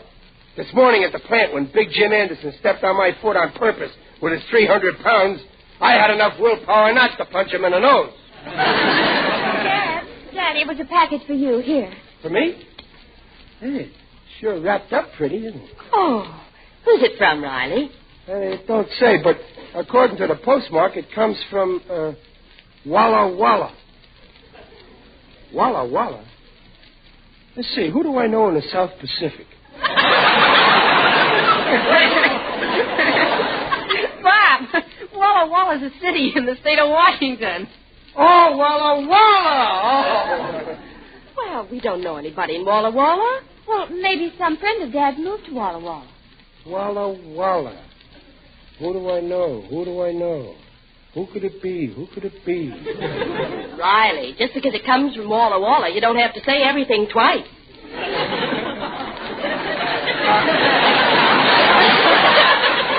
I wonder what's in this box. Too short for slippers. Too flat for military brushes. Too light for a bowling ball. Don't rattle. Don't smell. Don't leak. Gee, I wish I knew what was in it. Well, guessing won't get you anywhere. Yeah, I'd better open it and find out. Just a minute, Pop. Look what it says there on the bottom of this sticker. Where? Oh. Do not open until Christmas. Oh. Thanks for bringing it to my attention, Junior. I'll just leave it the way it is until Christmas. You'd better. After the lecture you just gave Junior on willpower. Don't worry about me. If I say I won't open it until Christmas, I won't open it. Oh, last Christmas you opened the present you got from Muley Durkin ahead of time. Well, that was a business thing, so I'd know how much to spend on his present. Oh, so what? You always die of curiosity. Every package you ever get. Not me. I ain't the least bit curious about what's in that package. It's kind of thin, ain't it? Well, just so you won't be tempted to open it, I'll put it away. Good. On the shelf in this closet. Good. And I'll lock the closet. Good. No. Don't lock the closet. Well, see, I told you. Joe Jr., it ain't what you think. It ain't on account of the present. Well, then why don't you want the closet locked? Well, in case of fire, the mice won't be able to escape. All right, then I won't lock it. Okay. As far as I'm concerned, this package don't exist. Junior, remind me Christmas morning to open it. Huh? I'll show all of you. Yes, well, we'll see. Come on along now. It's time for supper. Yeah, come on, kids. Supper. Oh, we'll be in a minute. Listen, Babs, I bet you $1 to a nickel that Pop opens that package before Christmas. Oh, Smarty, you always want a sure thing. You know Daddy can't hold out till Christmas. Hey, Babs. What? Where is that mousetrap we had?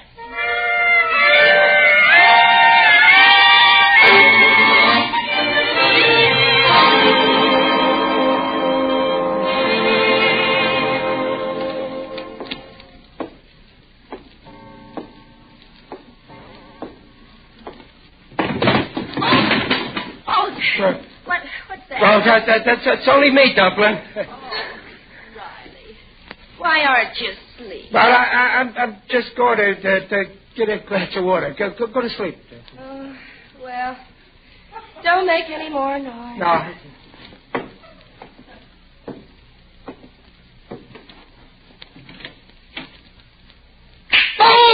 Oh, my hand!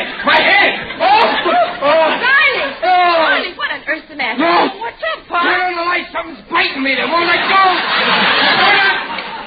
Get this. Riley, look, a mousetrap. A mousetrap. Junior, do you know anything about this? Oh, I was just trying to catch a mouse, Pop. I never thought you would go to the closet in the middle of the night. Well, that could happen to anybody. I was going for a glass of water, and I just happened to mistake the closet in the living room for the icebox in the kitchen.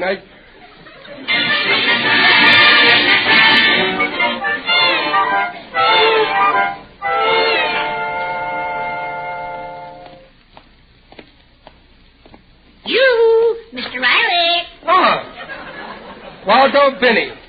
How are you, Waldo? Oh, my aching back. I've been out walking my wife's Great Dane, and he simply refuses to take me home. I'm exhausted. Well, here, I'll pull the dog home for you, Waldo. Give me his leash. Yeah, thank you, Mr. Riley. Sometime I'll do a favor for you, like ironing some shirts or something. Well, that's okay. Shush now, Hamlet, shush. Or tonight I'll make you sleep in your bed instead of mine. Waldo, I want to ask your opinion. I got a friend, naming no name, see, but this friend got a package marked, do not open until Christmas. Now, my question is... Mr. Riley, the answer is no. No? Under no circumstances should such a package be opened before Christmas. Remember, curiosity killed a cat. Well, my friend ain't a cat. His son, Junior, thinks he's a rat. He leaves traps around for him. Mr. Riley, not only isn't it Christmassy, but anybody who can't resist temptation is just a wishy-washy weakling without character. That's what I say. Waldo, I just got a brainwave. The package says do not open before Christmas, but it don't say do not look inside before Christmas. Well?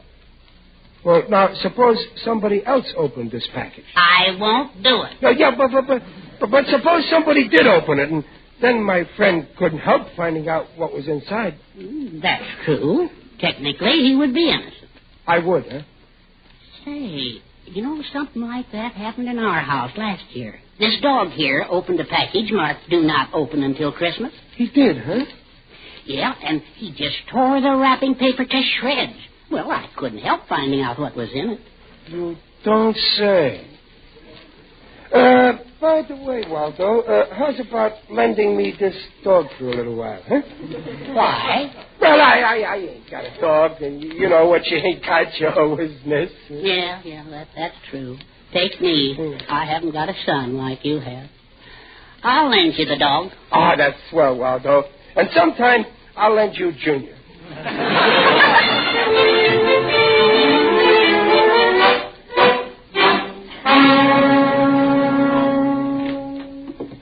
Come on, Hamlet. Come on, boy. Shh. Hamlet, quiet. Come on, in here in the living room. Come on. Yeah, the boy. Now, you sit down right over here. Now, just let my hand out of your mouth. That's it. Now, I'm going to get something pretty for you to play with. Oh, that's Junior out. Who's there? Don't say a word, Hamlet. Now, listen, Pop. Look what I got for you. See the package? Yeah. Pretty little package, yeah. I'll put it down right here in front of you. I'll bet you're dying to know what's inside. You ain't the only one. Huh? Yeah, there's only one way to find out, Hamlet. Go ahead, go on. If you feel like sicking anything, like a package, for instance, sick it. Go ahead, Hamlet. Go ahead, sick it. I'll see you later. White Christmas with every Christmas. Oh, here you are, Dumpling. Oh, hello, dear. You back so soon? Yeah, I was over the Waldo. Riley, listen to that. I don't hear nothing. I hear a dog. Oh, it must be next door at Waldo's house. It's right in this house in the living room. No, Peg, wait, don't bother looking. I tell you, it's next door now. Don't be silly. It's in the living room. Well, I wonder how he got in. Peg, my package. He'll get in the closet and tear open the package before Christmas. That would be horrible. Well, I never. Did he do it, Peg? I'm afraid to look. Well, you'd better. Open your eyes. But, Peg, I don't want to see what's in my package and took my box of cigars. He chewed up all my cigars. And look, my new hat. He's eating my hat. Stop it, you dog. Oh, Riley. This is no laughing matter. Well, cheer up. You're lucky. He didn't even touch your Christmas package.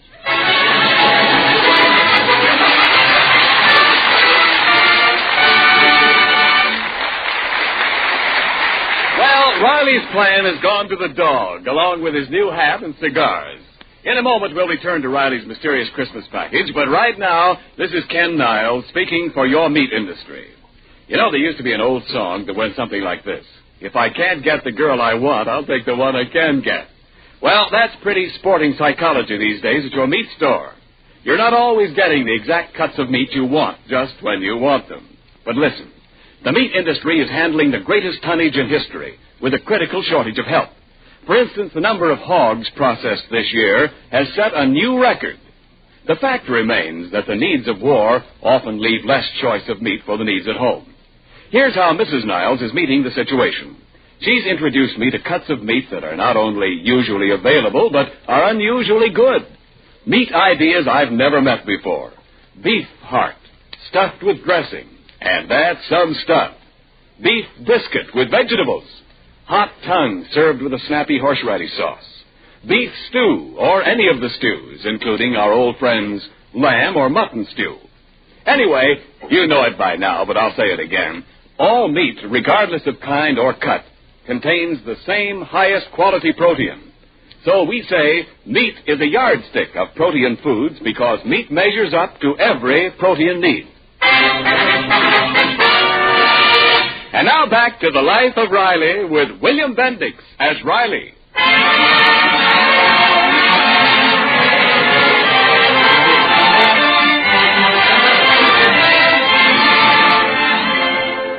Well, the package Riley got, labeled "Do Not Open Till Christmas," still remains intact. So far, he has not broken his vow to the family. But with a full week left to go before Christmas, our hero's patience is near the breaking point.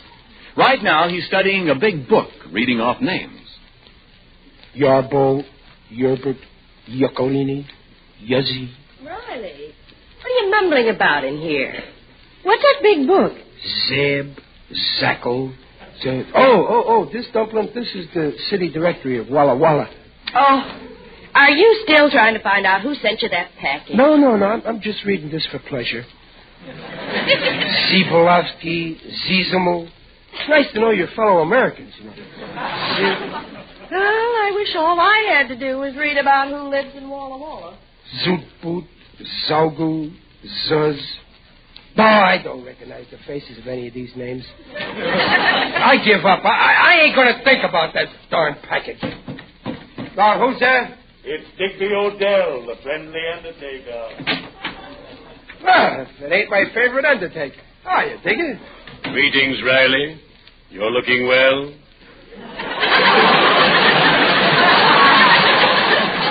Very natural.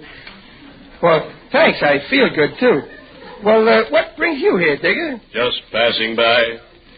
I had some free time on my hands. Things are very quiet down at my place. Yeah, I guess everybody's too busy Christmas shopping. Huh? Ah, yes, Christmas. Joyous Noel. I adore Christmas. It's so gay. Yeah, I like Christmas, too. Especially the presents. Now, I got a package. Oh, that reminds me, Riley. I found out what my wife is giving me for Christmas. A beautiful sport jacket. Sport jacket, huh? What color? Black.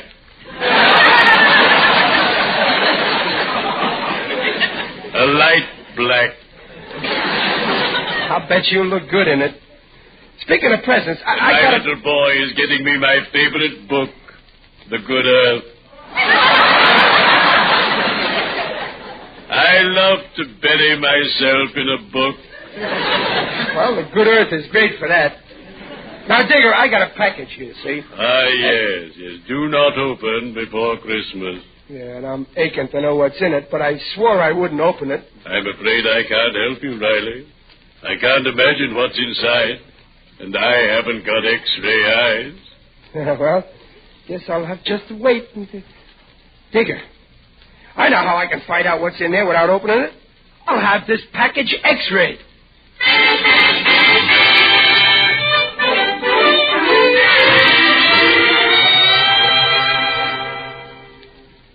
Yes, sir. What is it you wish? Well, nurse, I'd like to see this Professor Geeko. Oh, the professor's out just now. Can I help you? Well, I seen an ad in the paper where it says for $2.50 you can get an X-ray, fluoroscopic treatment, electrolysis treatment, scalp massage, and free parking. Yes, that's the professor's ad. Well, all I want is the X-ray. Certainly. Your name? Chester A. Riley. Very well, Mr. Riley. Now you go behind that screen and take your clothes off. Well, sure. No. Wait a minute. I ain't taking no clothes off. Well, what part of your anatomy do you wish X-rayed? My package. There it is. Oh, I see. Well, we generally do people, but I guess it's okay. Come back in a half hour. We'll have the X-ray for you. Thank you.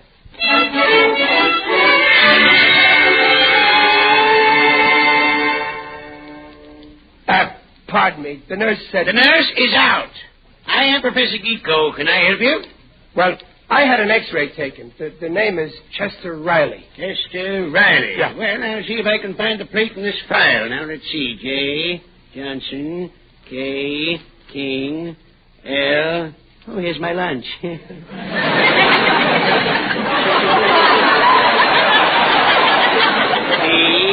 Q. Oh, here we have it. Riley. Chester Riley. What does it show, Professor? Quick, tell me. What does it show? Don't get excited. Just give me a moment to examine the X-ray. I'll be seeing you, those old familiar faces.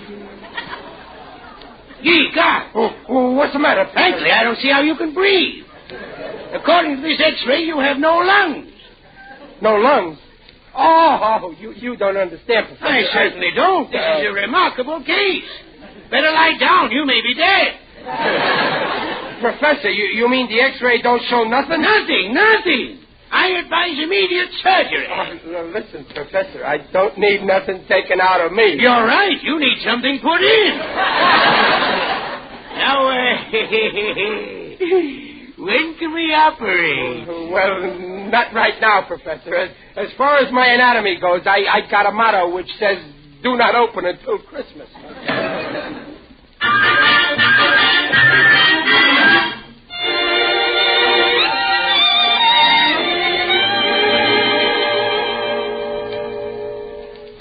Well, Junior, you finished with your homework? Yeah, Pop. Come here, Junior. I want to have a little talk with you. About what? Well, I've been thinking about how I bawled you out for opening your present from Aunt Henny before Christmas. And, well, I decided that I was wrong. Oh, no, Pop. You were right. No, Junior. I was wrong. No, you were right, Pop. Don't contradict me, Junior. I'm always right. I was wrong.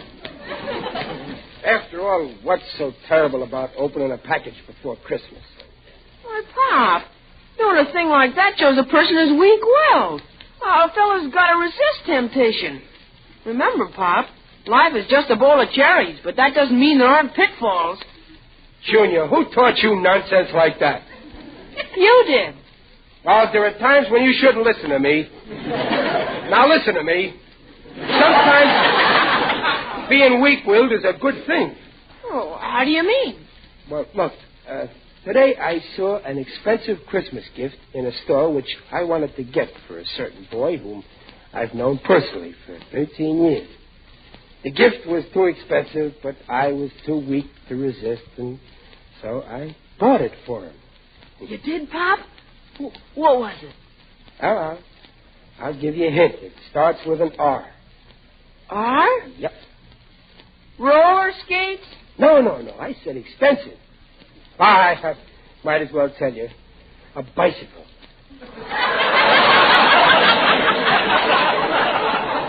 A bicycle? Oh, boy, you...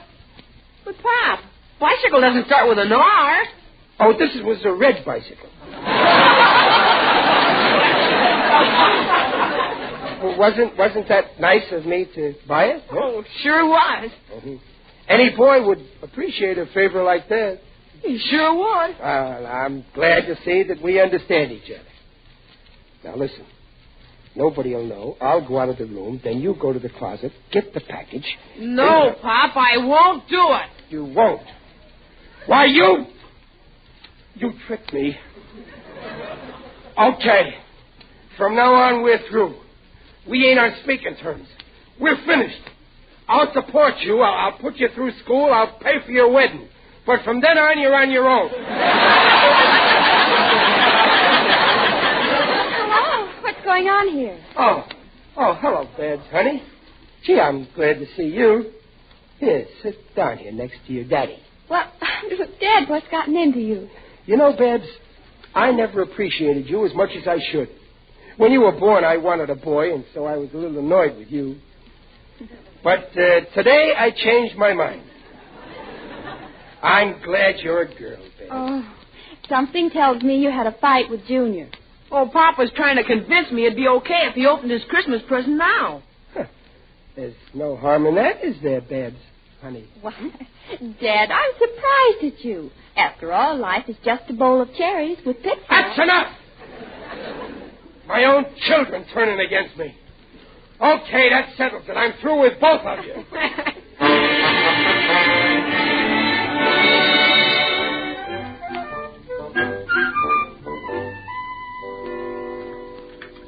Well, how's the roast, Riley? Good.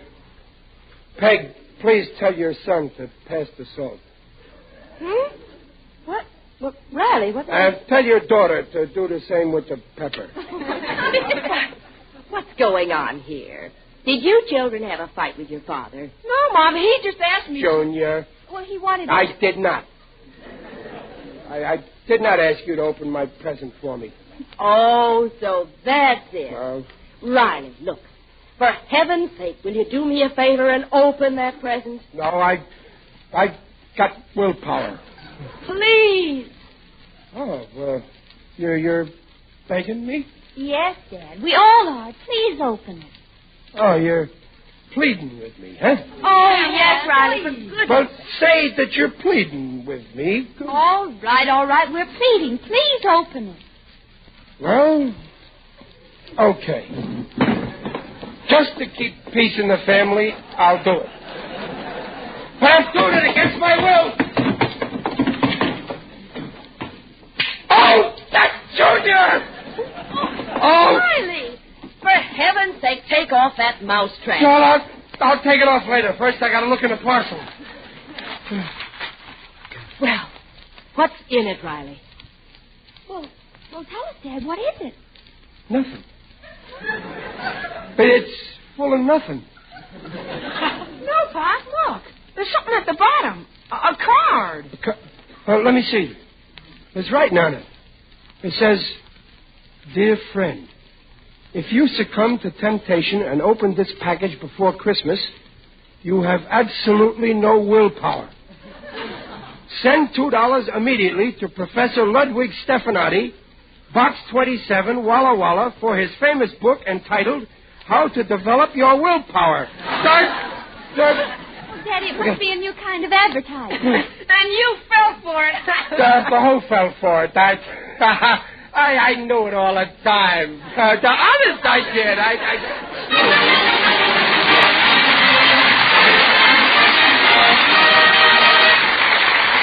The Rileys will be back in just a moment.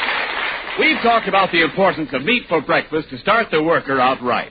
But how about all you war workers on the night shift when you come home in the cold gray dawn? It seems to me you're in need of a good solid meal to finish off your workday right, even if your breakfast is really your dinner. You've been using up bodily fuel, tissues too, and those good breakfast meats are the thing to replenish both. There's food energy in that savory pork sausage, bacon, or ham. There's the right kind of proteins in their meaty lean. So when you open the door at home after that night shift and sniff the fragrance of spicy sausage, tender ham, or tasty bacon browning in the pan, you'll know someone is looking after your health as well as your appetite by making breakfast meats part of your homecoming meal. For meat is a yardstick of protein foods because meat measures up to every protein need. All these nutritional statements made about meat are accepted by the Council on Foods and Nutrition of the American Medical Association. Yeah. Imagine this professor thinking I need his book. Oh, boy, this is a good one on him. Pop, on the level, don't you think you should send for the book? Junior, I'll give you a simple answer. Go to bed. Junior's right, Riley. But the way you worried yourself sick about opening that package shows you have absolutely no willpower. Oh, it does it? Well, okay, I'm going to show you how wrong you are. I'm going to fill out this coupon, see? And I'm going to send it to this professor. And when the book gets here, I'm going to read every word of it. But no matter how many bills he sends me, I ain't never going to send him the $2. I'll show him that I've got willpower.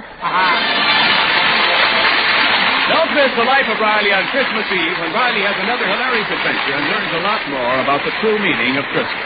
The program is directed by Don Bernard with music by Lou Crosby. This is Ken Niles in Hollywood.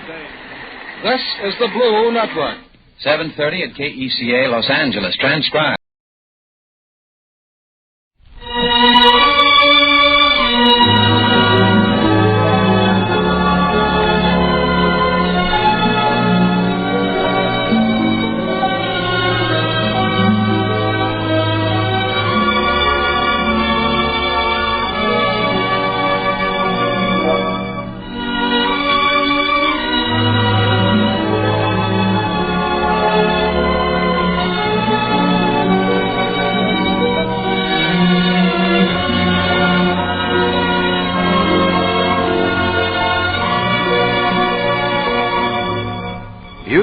we love. Rebroadcast especially for all you men and women in the armed forces of the United Nations. Music played by the orchestra under the direction of Howard Barlow and sung by Richard Crooks. If I could tell you of my devotion, if I could pledge all my love so true,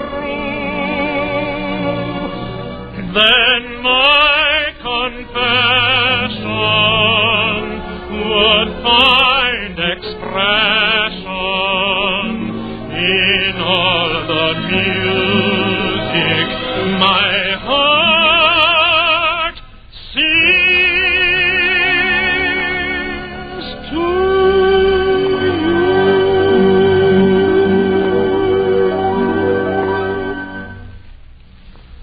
The program opens this evening with the march High School Cadets by John Philip Sousa.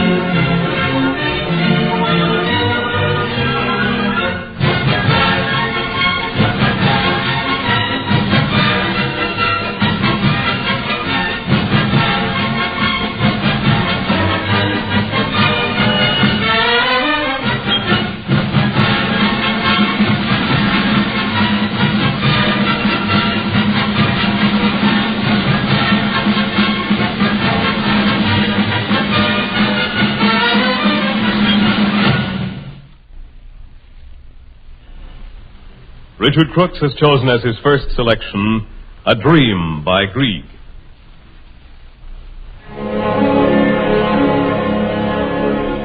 One day I dreamed a lovely dream. I loved a tender blue-eyed maid. 'Twas in the early glow of spring. 'Twas in the greenwood's leafy shade. The buds broke forth, the brooklet gushed. We heard the village bell beyond. With youthful bliss our hearts were flushed, and lost in lovers' joy profound. And lovelier still, and in my dream, revealed our future joy to be. In all the tender glow of spring, with in the greenwood's leafy shade. The brook that gushed, the buds broke off, the village bell rang out afar. I held thee fast, I held thee long, and I will lose thee nevermore.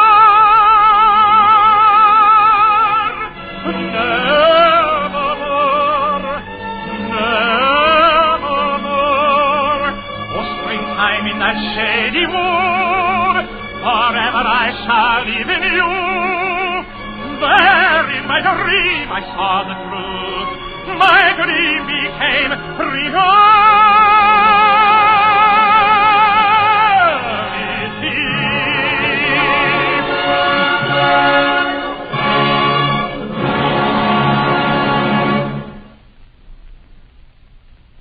Morning, Noon, and Night by Soupe.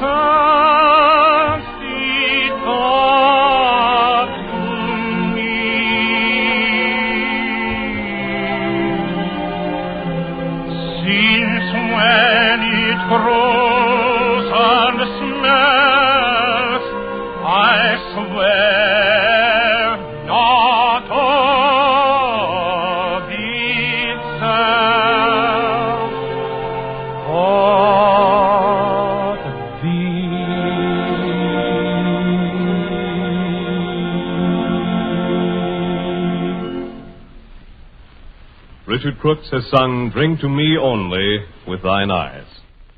In honor of the victorious Allied armies, Howard Barlow and the orchestra now play March Lorraine.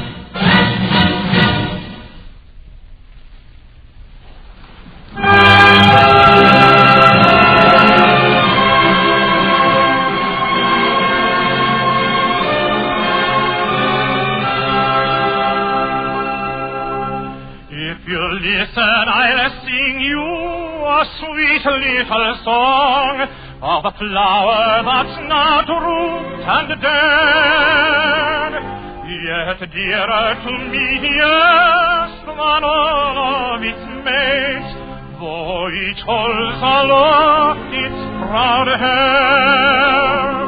'Twas given to me by a girl that I know. Since we've met, faith, I've known no repose. She's dearer by far than the world's brightest star, and I call her my wild Irish rose. My wild Irish rose, the sweetest flower that grows. You may search everywhere, but none can compare with my wild Irish rose.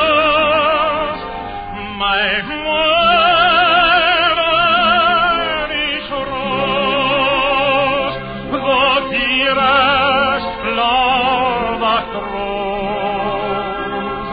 And someday, for my sake, she may let me take the bloom from my wild Irish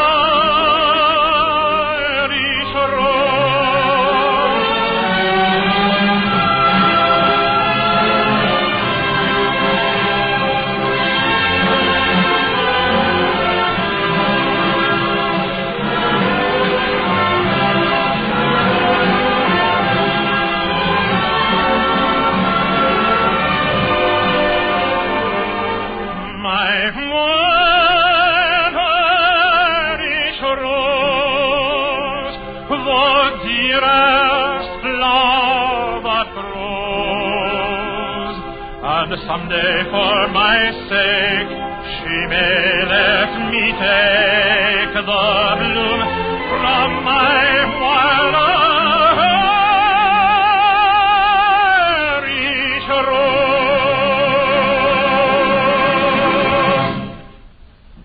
Richard Crooks has sung My Wild Irish Rose. Howard Barlow and the orchestra now play Gigue and Finale from the Henry VIII Suite by Saint-Saëns.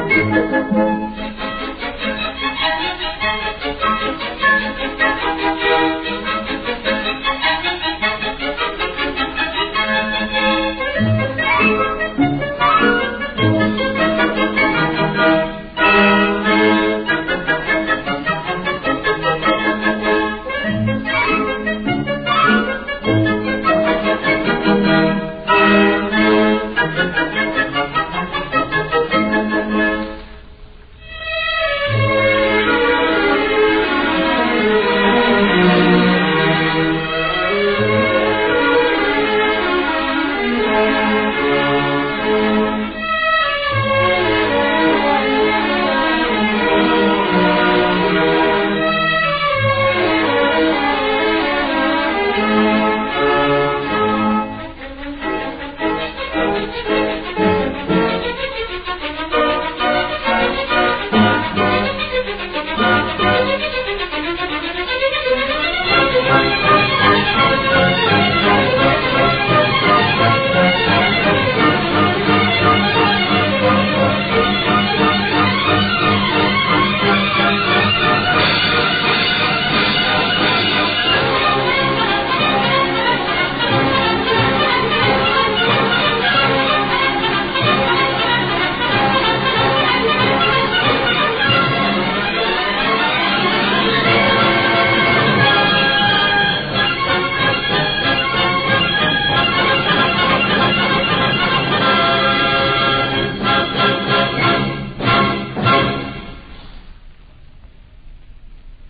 aria Una furtiva lagrima from Les Îles d'Amore by Donizetti.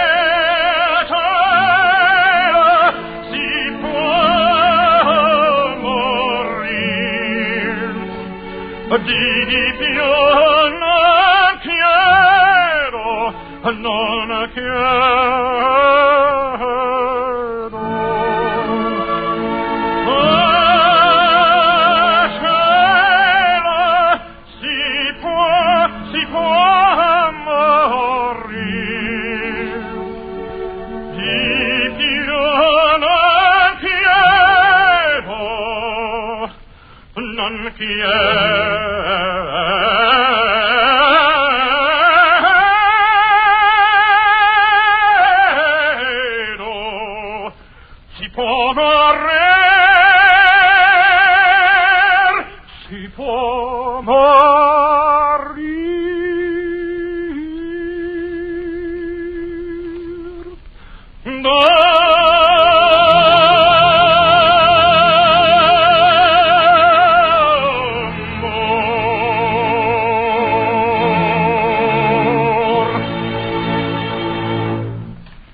This is the Armed Forces Radio Service.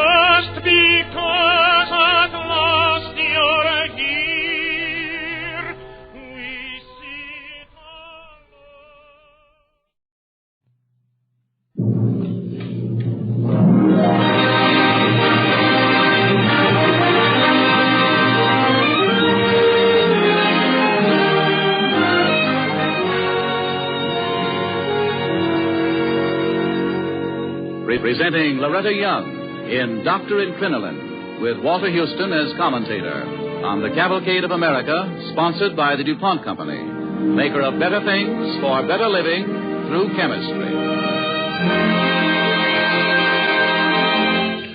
Good evening. This is Walter Houston. Here in Hollywood, where there's an abundance of both beauty and talent, both seem almost commonplace, are taken for granted by us who live here.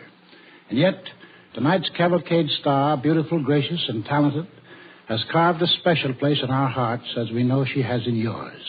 And so I take special pleasure in introducing her to you, Miss Loretta Young, who in our Cavalcade play portrays the role of Elizabeth Blackwell, a woman who dared to fight against the prejudices of her time, who defied the notion that a woman could not enter a profession, and was the first woman to be granted a medical diploma in America.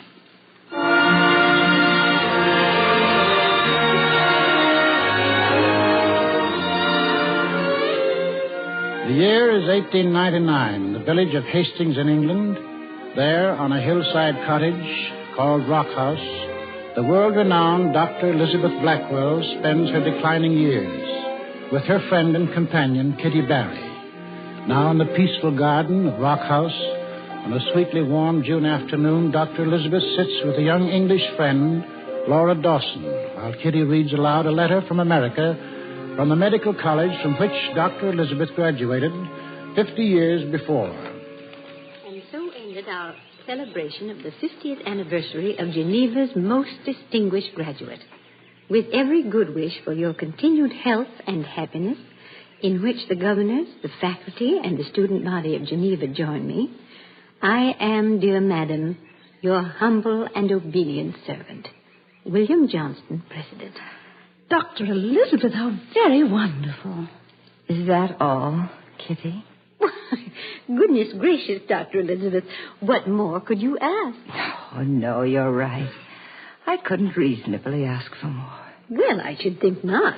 An endowed college for women, and the first dormitory named for you, the Elizabeth Blackwell House. Oh, this must make you feel very proud and happy. Yes, Laura. Yes, I suppose it does, my dear. I suppose it does. Dr. Elizabeth, you're tired? I think perhaps I am, Kitty. I'll just go inside and rest until tea time. Well... No, you two sit still. Oh, let me help you. No, stay here with Laura. Laura, dear, remember, I expect you on Wednesday. Oh, yes, I'll remember, Dr. Elizabeth. Thank you. Miss Barry, can she possibly know how marvelous she is? In a way, dear, she knows. Oh, I wish so that Father could meet her. A woman doctor. He makes such a fuss because I want to go to Paris to study painting. And when I think what she did, It must have been very difficult for her. Oh, it was. I wasn't with her during the early years, but she told me about them many times. And she always wanted to be a doctor? No, not always. The idea was most distasteful to her at first, but she believed it was a kind of call for her to help the world.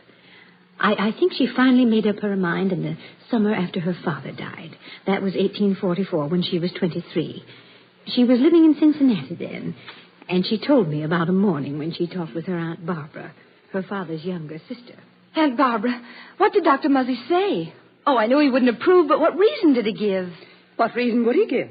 That no woman could or should be a doctor. American medical schools won't admit you, and he says Paris schools are so frightful that no lady could stand instruction there. He was horrified by your idea. Well, perhaps I'm not a lady then. Elizabeth. Oh, I didn't mean that, of course. But what is there for me to do? Teach? Get married? Yes. You could teach until you marry. But nobody wants to marry me. And I don't want to teach. There are some things you have to accept, Elizabeth. Why? Because that's the way the world is. We have to accept it. And if we don't, we suffer needlessly. But the world hasn't always been the same. Why, once there were no doctors, men or women. And once people believed the world was flat. Oh, don't you see? I have to do something I think of value in the world. Yes, but something else. Not medicine. No, all through Father's illness, I kept thinking about it. We women have to look after the sick, and yet none of us are trained properly to do it. I've made up my mind. Well, Elizabeth, if you're really decided, your family won't stand in your way. We'll help all we can. Oh, dear Aunt Barbara, I know you will. And I know, even though you don't, that someday you'll be so proud when you can say, Elizabeth was the very first woman doctor.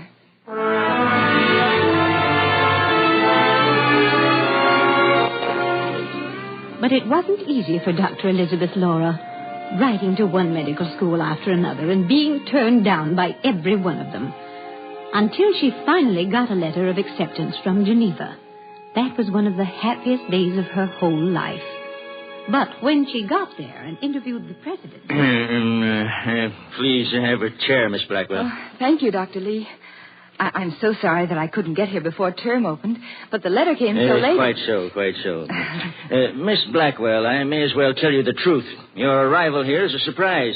Well, why, Dr. Lee? And a source of some embarrassment. But I received a letter from the college saying that I'd been admitted. My dear young lady, when your application was received, the faculty turned it over to the student body for action, Geneva being a democratic institution. As a prank, the students voted to admit you. Oh. To be frank, I would rather you didn't come here. I'm sure that you would find the studies most repugnant. May I ask a question, Dr. Lee? Certainly. Your letter of acceptance, doesn't it constitute some kind of a legal contract? Well, if you choose to put it that way, Yes. I suppose we'd have to accept you or lay ourselves open to a suit for damages. Oh, but I want no damages. I only want to learn to be a doctor. I can assure you, young lady, that the students will make your life intolerable. I mean, there are certain jokes that men play in the dissecting room. I fear, sir, that those are among the risks I shall have to take. Will you have the goodness, please, to enroll me as a student? The townspeople will not be friendly. There'll be unpleasant notoriety. Will you please enroll me as a student? If you insist, Miss Blackwell, I have no alternative. I do insist, sir. I am determined to become a doctor.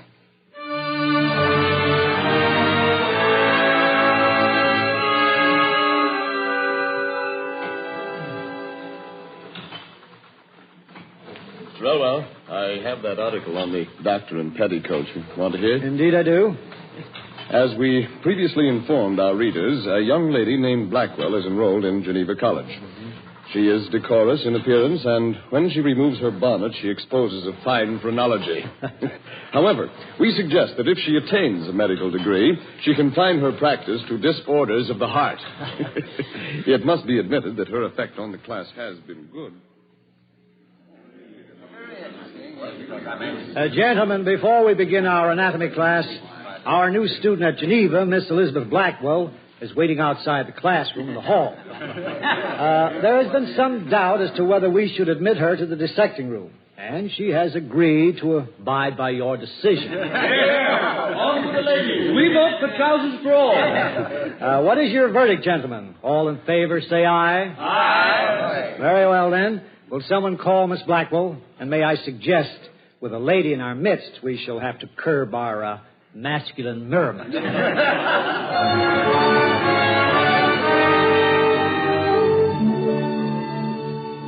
No, Laura, it wasn't easy.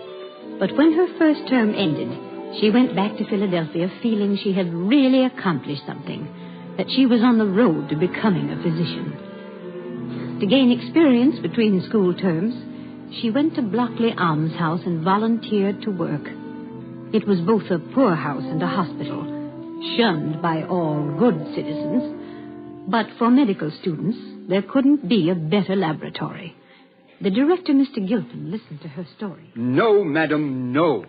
For your own good, I must tell you that it's quite impossible. Why, the worst criminals are here, the outcasts, the very scum of the earth. No decent woman should be exposed to such an atmosphere. But I'm studying to be a physician. What these people are cannot matter to me. What matters most to me is that they're ill. And that by working at Blockley, just like any other medical student, I may gain experience to help them. Madam, you may be able to forget your sex. I cannot. I must refuse your request to enter Blockley as a junior resident. Oh, please, don't open the door yet. Well? Mr. Gilpin, have you never faced some insurmountable difficulty? Insurmountable? I don't recognize the word. I've always gotten what I wanted. That's what I thought. What's that? That was the very atmosphere that I felt when I came in here. Oh, yes? Well, what of it, Miss Blackwell? Well, although I'm not a man, I have a little of that quality myself. And I hoped you might recognize it, and sensing how similar we are, you might help me. By gad, ma'am, I have to admire your courage. After all, if you can put up with what you'll find here at Blockley... Oh, I can, sir, I can. We should be able to put up with you.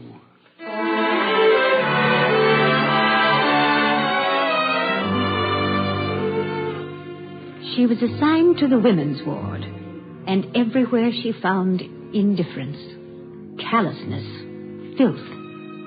But worst of all, she found she was rejected as a doctor, even by the sick and outcast. Her only friend at Blockley was old Dr. Benedict, the head physician, and the only one beside herself who cared about the misery there. With the summer wore on, and in August the typhus came. The wards were filled, even the corridors. Elizabeth worked hard, helped in every way she could, but she was deeply discouraged. One night, sitting just off the children's ward with Dr. Benedict. And there's no known cure, Dr. Benedict? Typhus is a disease of poverty and filth, my dear. Where they don't exist, there's seldom any typhus. Poverty and filth. Then why are these poor wretches, and even the children, sent here to Blockley? You're the place to send them. Well, how can we hope to do any good for them here? We can't. Can nothing be done? Nothing? I don't know, my dear. I've been trying for 20 years to make a dent in public indifference. I haven't accomplished anything. But perhaps you... No, not I. Why? What's the matter, my dear? Well, I was going to tell you tonight, Dr. Benedict. I'm not going back to Geneva this fall. Not for your second term? No, I suppose it'll be teaching after all. Well, isn't this a radical decision? You've been very helpful here. No, I know, as a nurse. But not as a doctor. Oh, but my dear... Dr. Benedict, I've tried. My family opposed my becoming a doctor, and all my friends. It was a lonely decision I made. I know. Believe me, I know. Well, the students at Geneva laughed at me. The town people. And the newspapers. But I didn't mind that. But here I found the one thing that I... Go on, Elizabeth. Well, how can I ever practice medicine when even the sick reject me? How can I? If only one... Eventually they'll become accustomed to you, Elizabeth. Oh, now they let me bring them water and fix their beds. But any nurse can do that. But if I look at their charts, they laugh. They make fun of me with the other students. That's little Mary Jean. She's calling you, Doctor. Come with me, my dear. Doctor, my head hurts. Doctor. I'm here, Mary Jean. Doctor. I'm here, child. No, the other one. The lady doctor. Elizabeth? Yes, I heard her. Yes, Mary Jean. The doctor's here.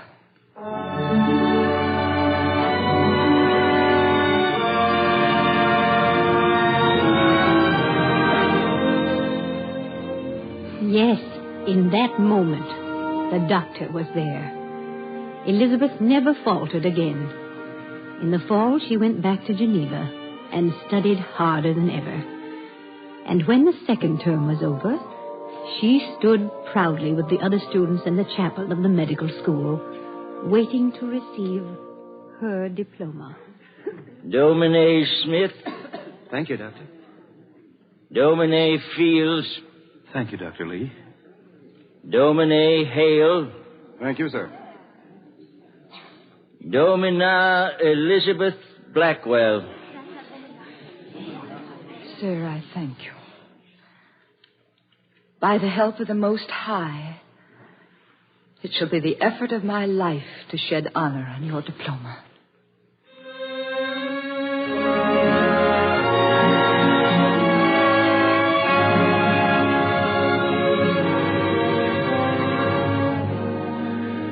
You're listening to Loretta Young as Elizabeth Blackwell in Doctor in Crinoline on the Cavalcade of America, brought to you by the DuPont Company, maker of better things for better living through chemistry.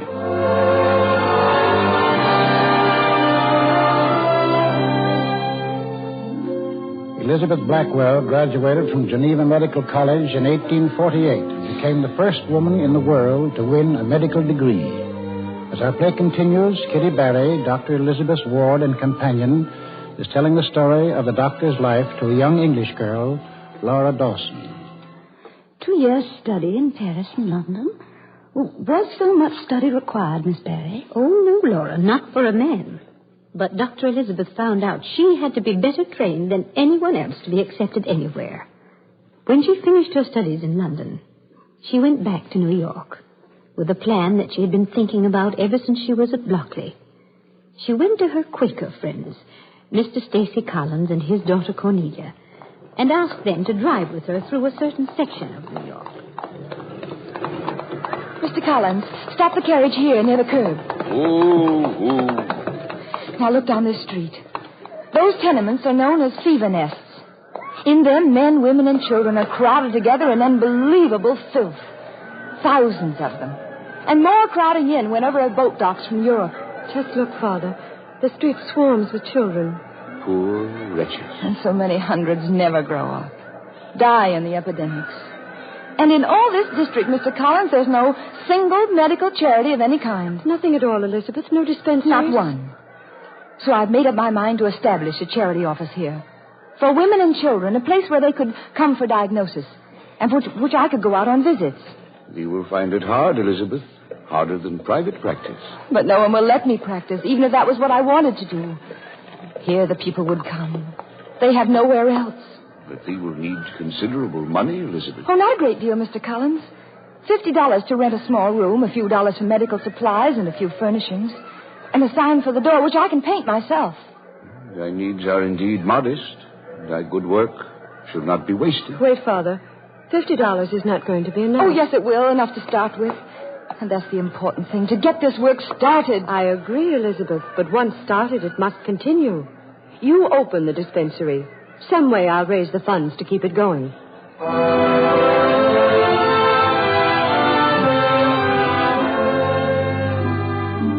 And so, in one small room in Tompkins Square, Dr. Elizabeth opened the first New York dispensary for indigent women and children.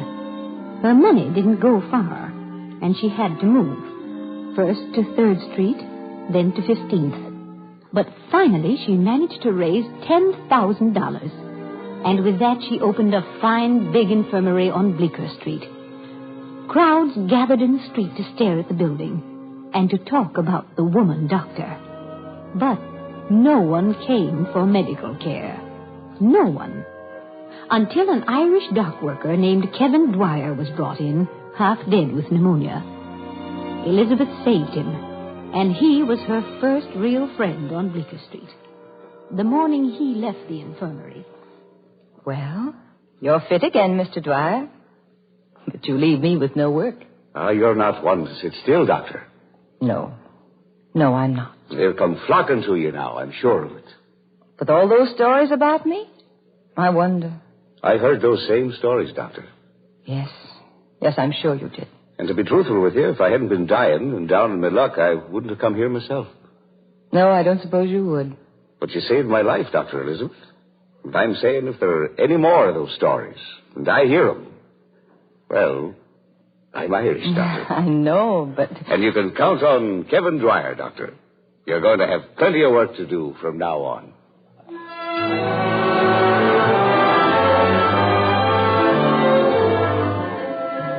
And perhaps it was because of Kevin Dwyer, but before long the infirmary was always busy. By that time, there were other women doctors who came to help. Then, one night, one of them, a surgeon, operated on a young girl for appendicitis, and Dr. Elizabeth assisted her. They were both tense and worried because they knew the appendix was inflamed. And Dr. Elizabeth, who had her fingers on the girl's limp wrist... Emily, she's dead. Oh, no. Her pulse has stopped. She can't be. She can't. She's dead. I'll cover her. Oh, Elizabeth, why don't we know It more? wasn't your fault, Emily. It was the inflammation. She waited too long. Are her people here? On the lawn outside. Her husband and others. Where are you going, Elizabeth? I have to tell them. Elizabeth, don't go. We've never lost a patient here before. We don't know what they'll do. Wait. We must tell them, Emily. Even if they tear the building down. We must tell them.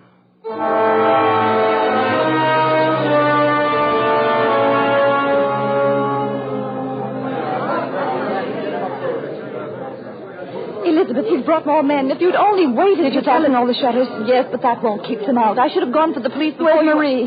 Upstairs with the patients. Elizabeth, the door won't hold. I'm going out to talk to them. No, Elizabeth, no, please. I may be able to hold them off until the police get here. Oh, they're breaking the windows. You can't go out, Elizabeth. They'll... Oh. Stop, you here! Who was that? I don't know. Now, look. Oh, Emily. Anyone touches this door, he deals with me first. And you listen to me. It's Kevin Dwyer. Let's go to the door. Heard a lot of wild talk here tonight. And I'm ashamed of you. Ashamed of the whole ward. Don't open the door yet. Listen. I heard you call Dr. Elizabeth a murderer. You killed Lady. She said that your youngest with a croup last week. And you did it. Your wife's been coming here months now with her rheumatism. Now she's getting well. There's not a man here who hasn't seen Dr. Elizabeth going up and down these streets. Into homes where no other doctor would go. Because of the car. Come, Emily. Sure. Girl died here tonight. But she died of our ignorance. She should have been brought here days ago.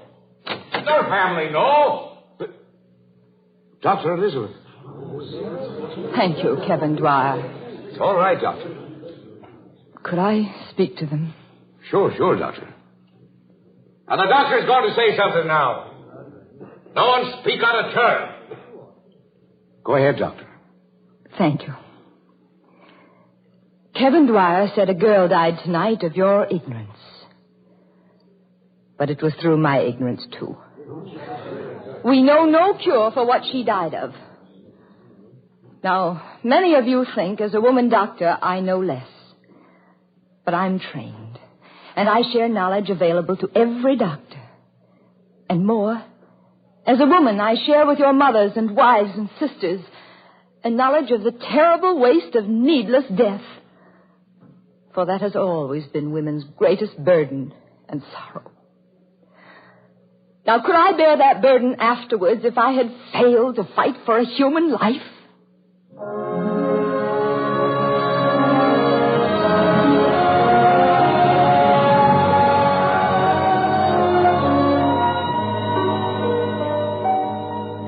Later, the coroner investigated and the hospital was cleared of all blame. And from that time on, everything went ahead. The Civil War came and Dr. Elizabeth trained nurses. Then New York State granted her a charter to give medical degrees. 2 women from her hospital. When that happened, her pioneer work in America seemed ended, and she came here to England to help her old friend Florence Nightingale. That's about all, Laura. You know the rest.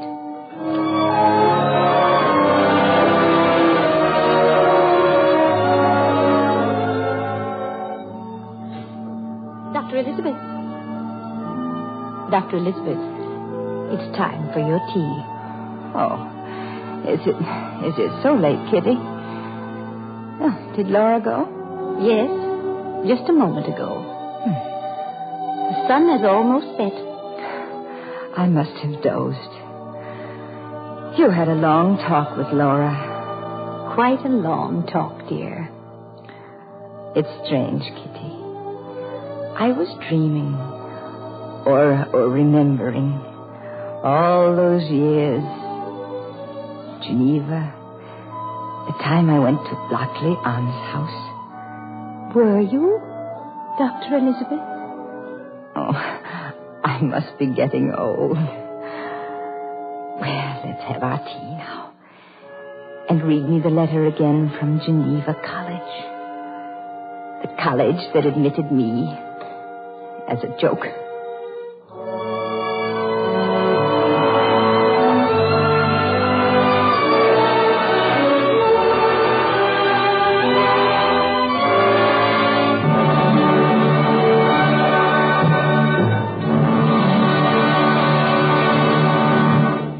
Thanks to you, Loretta Young, and to all other members of tonight's DuPont Cavalcade.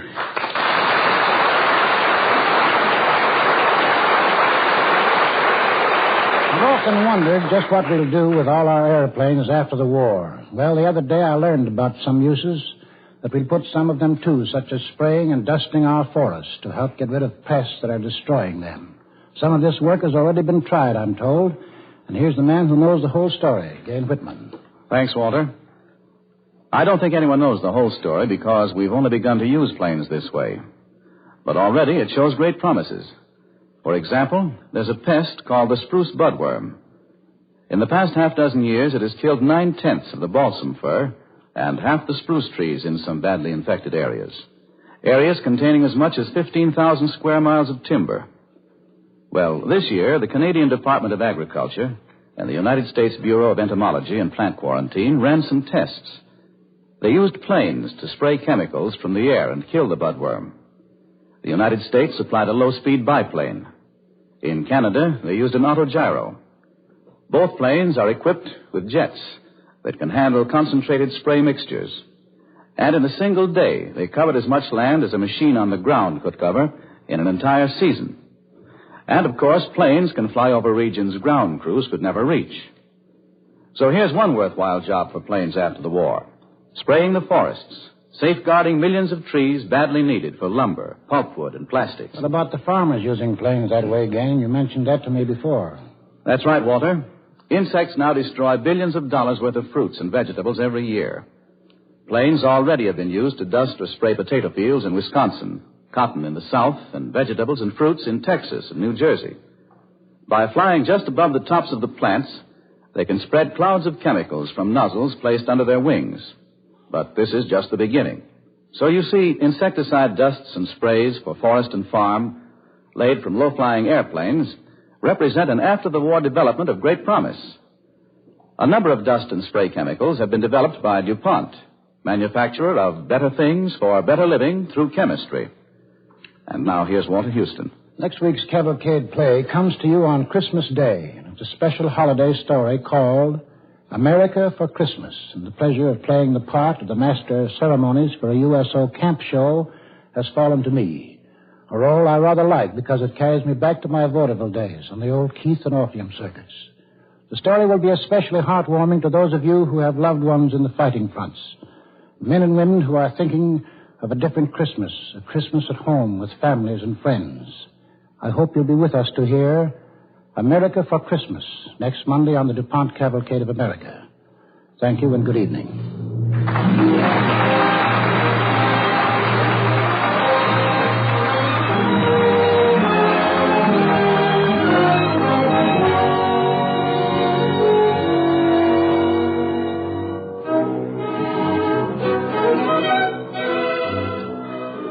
Loretta Young appeared through the courtesy of International Pictures and may be currently seen in And Now Tomorrow.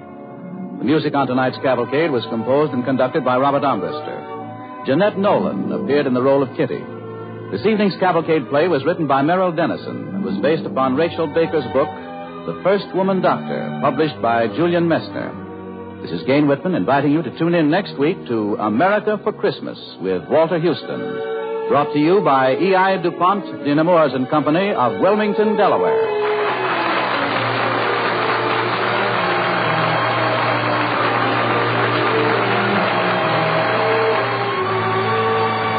This is the National Broadcasting Company.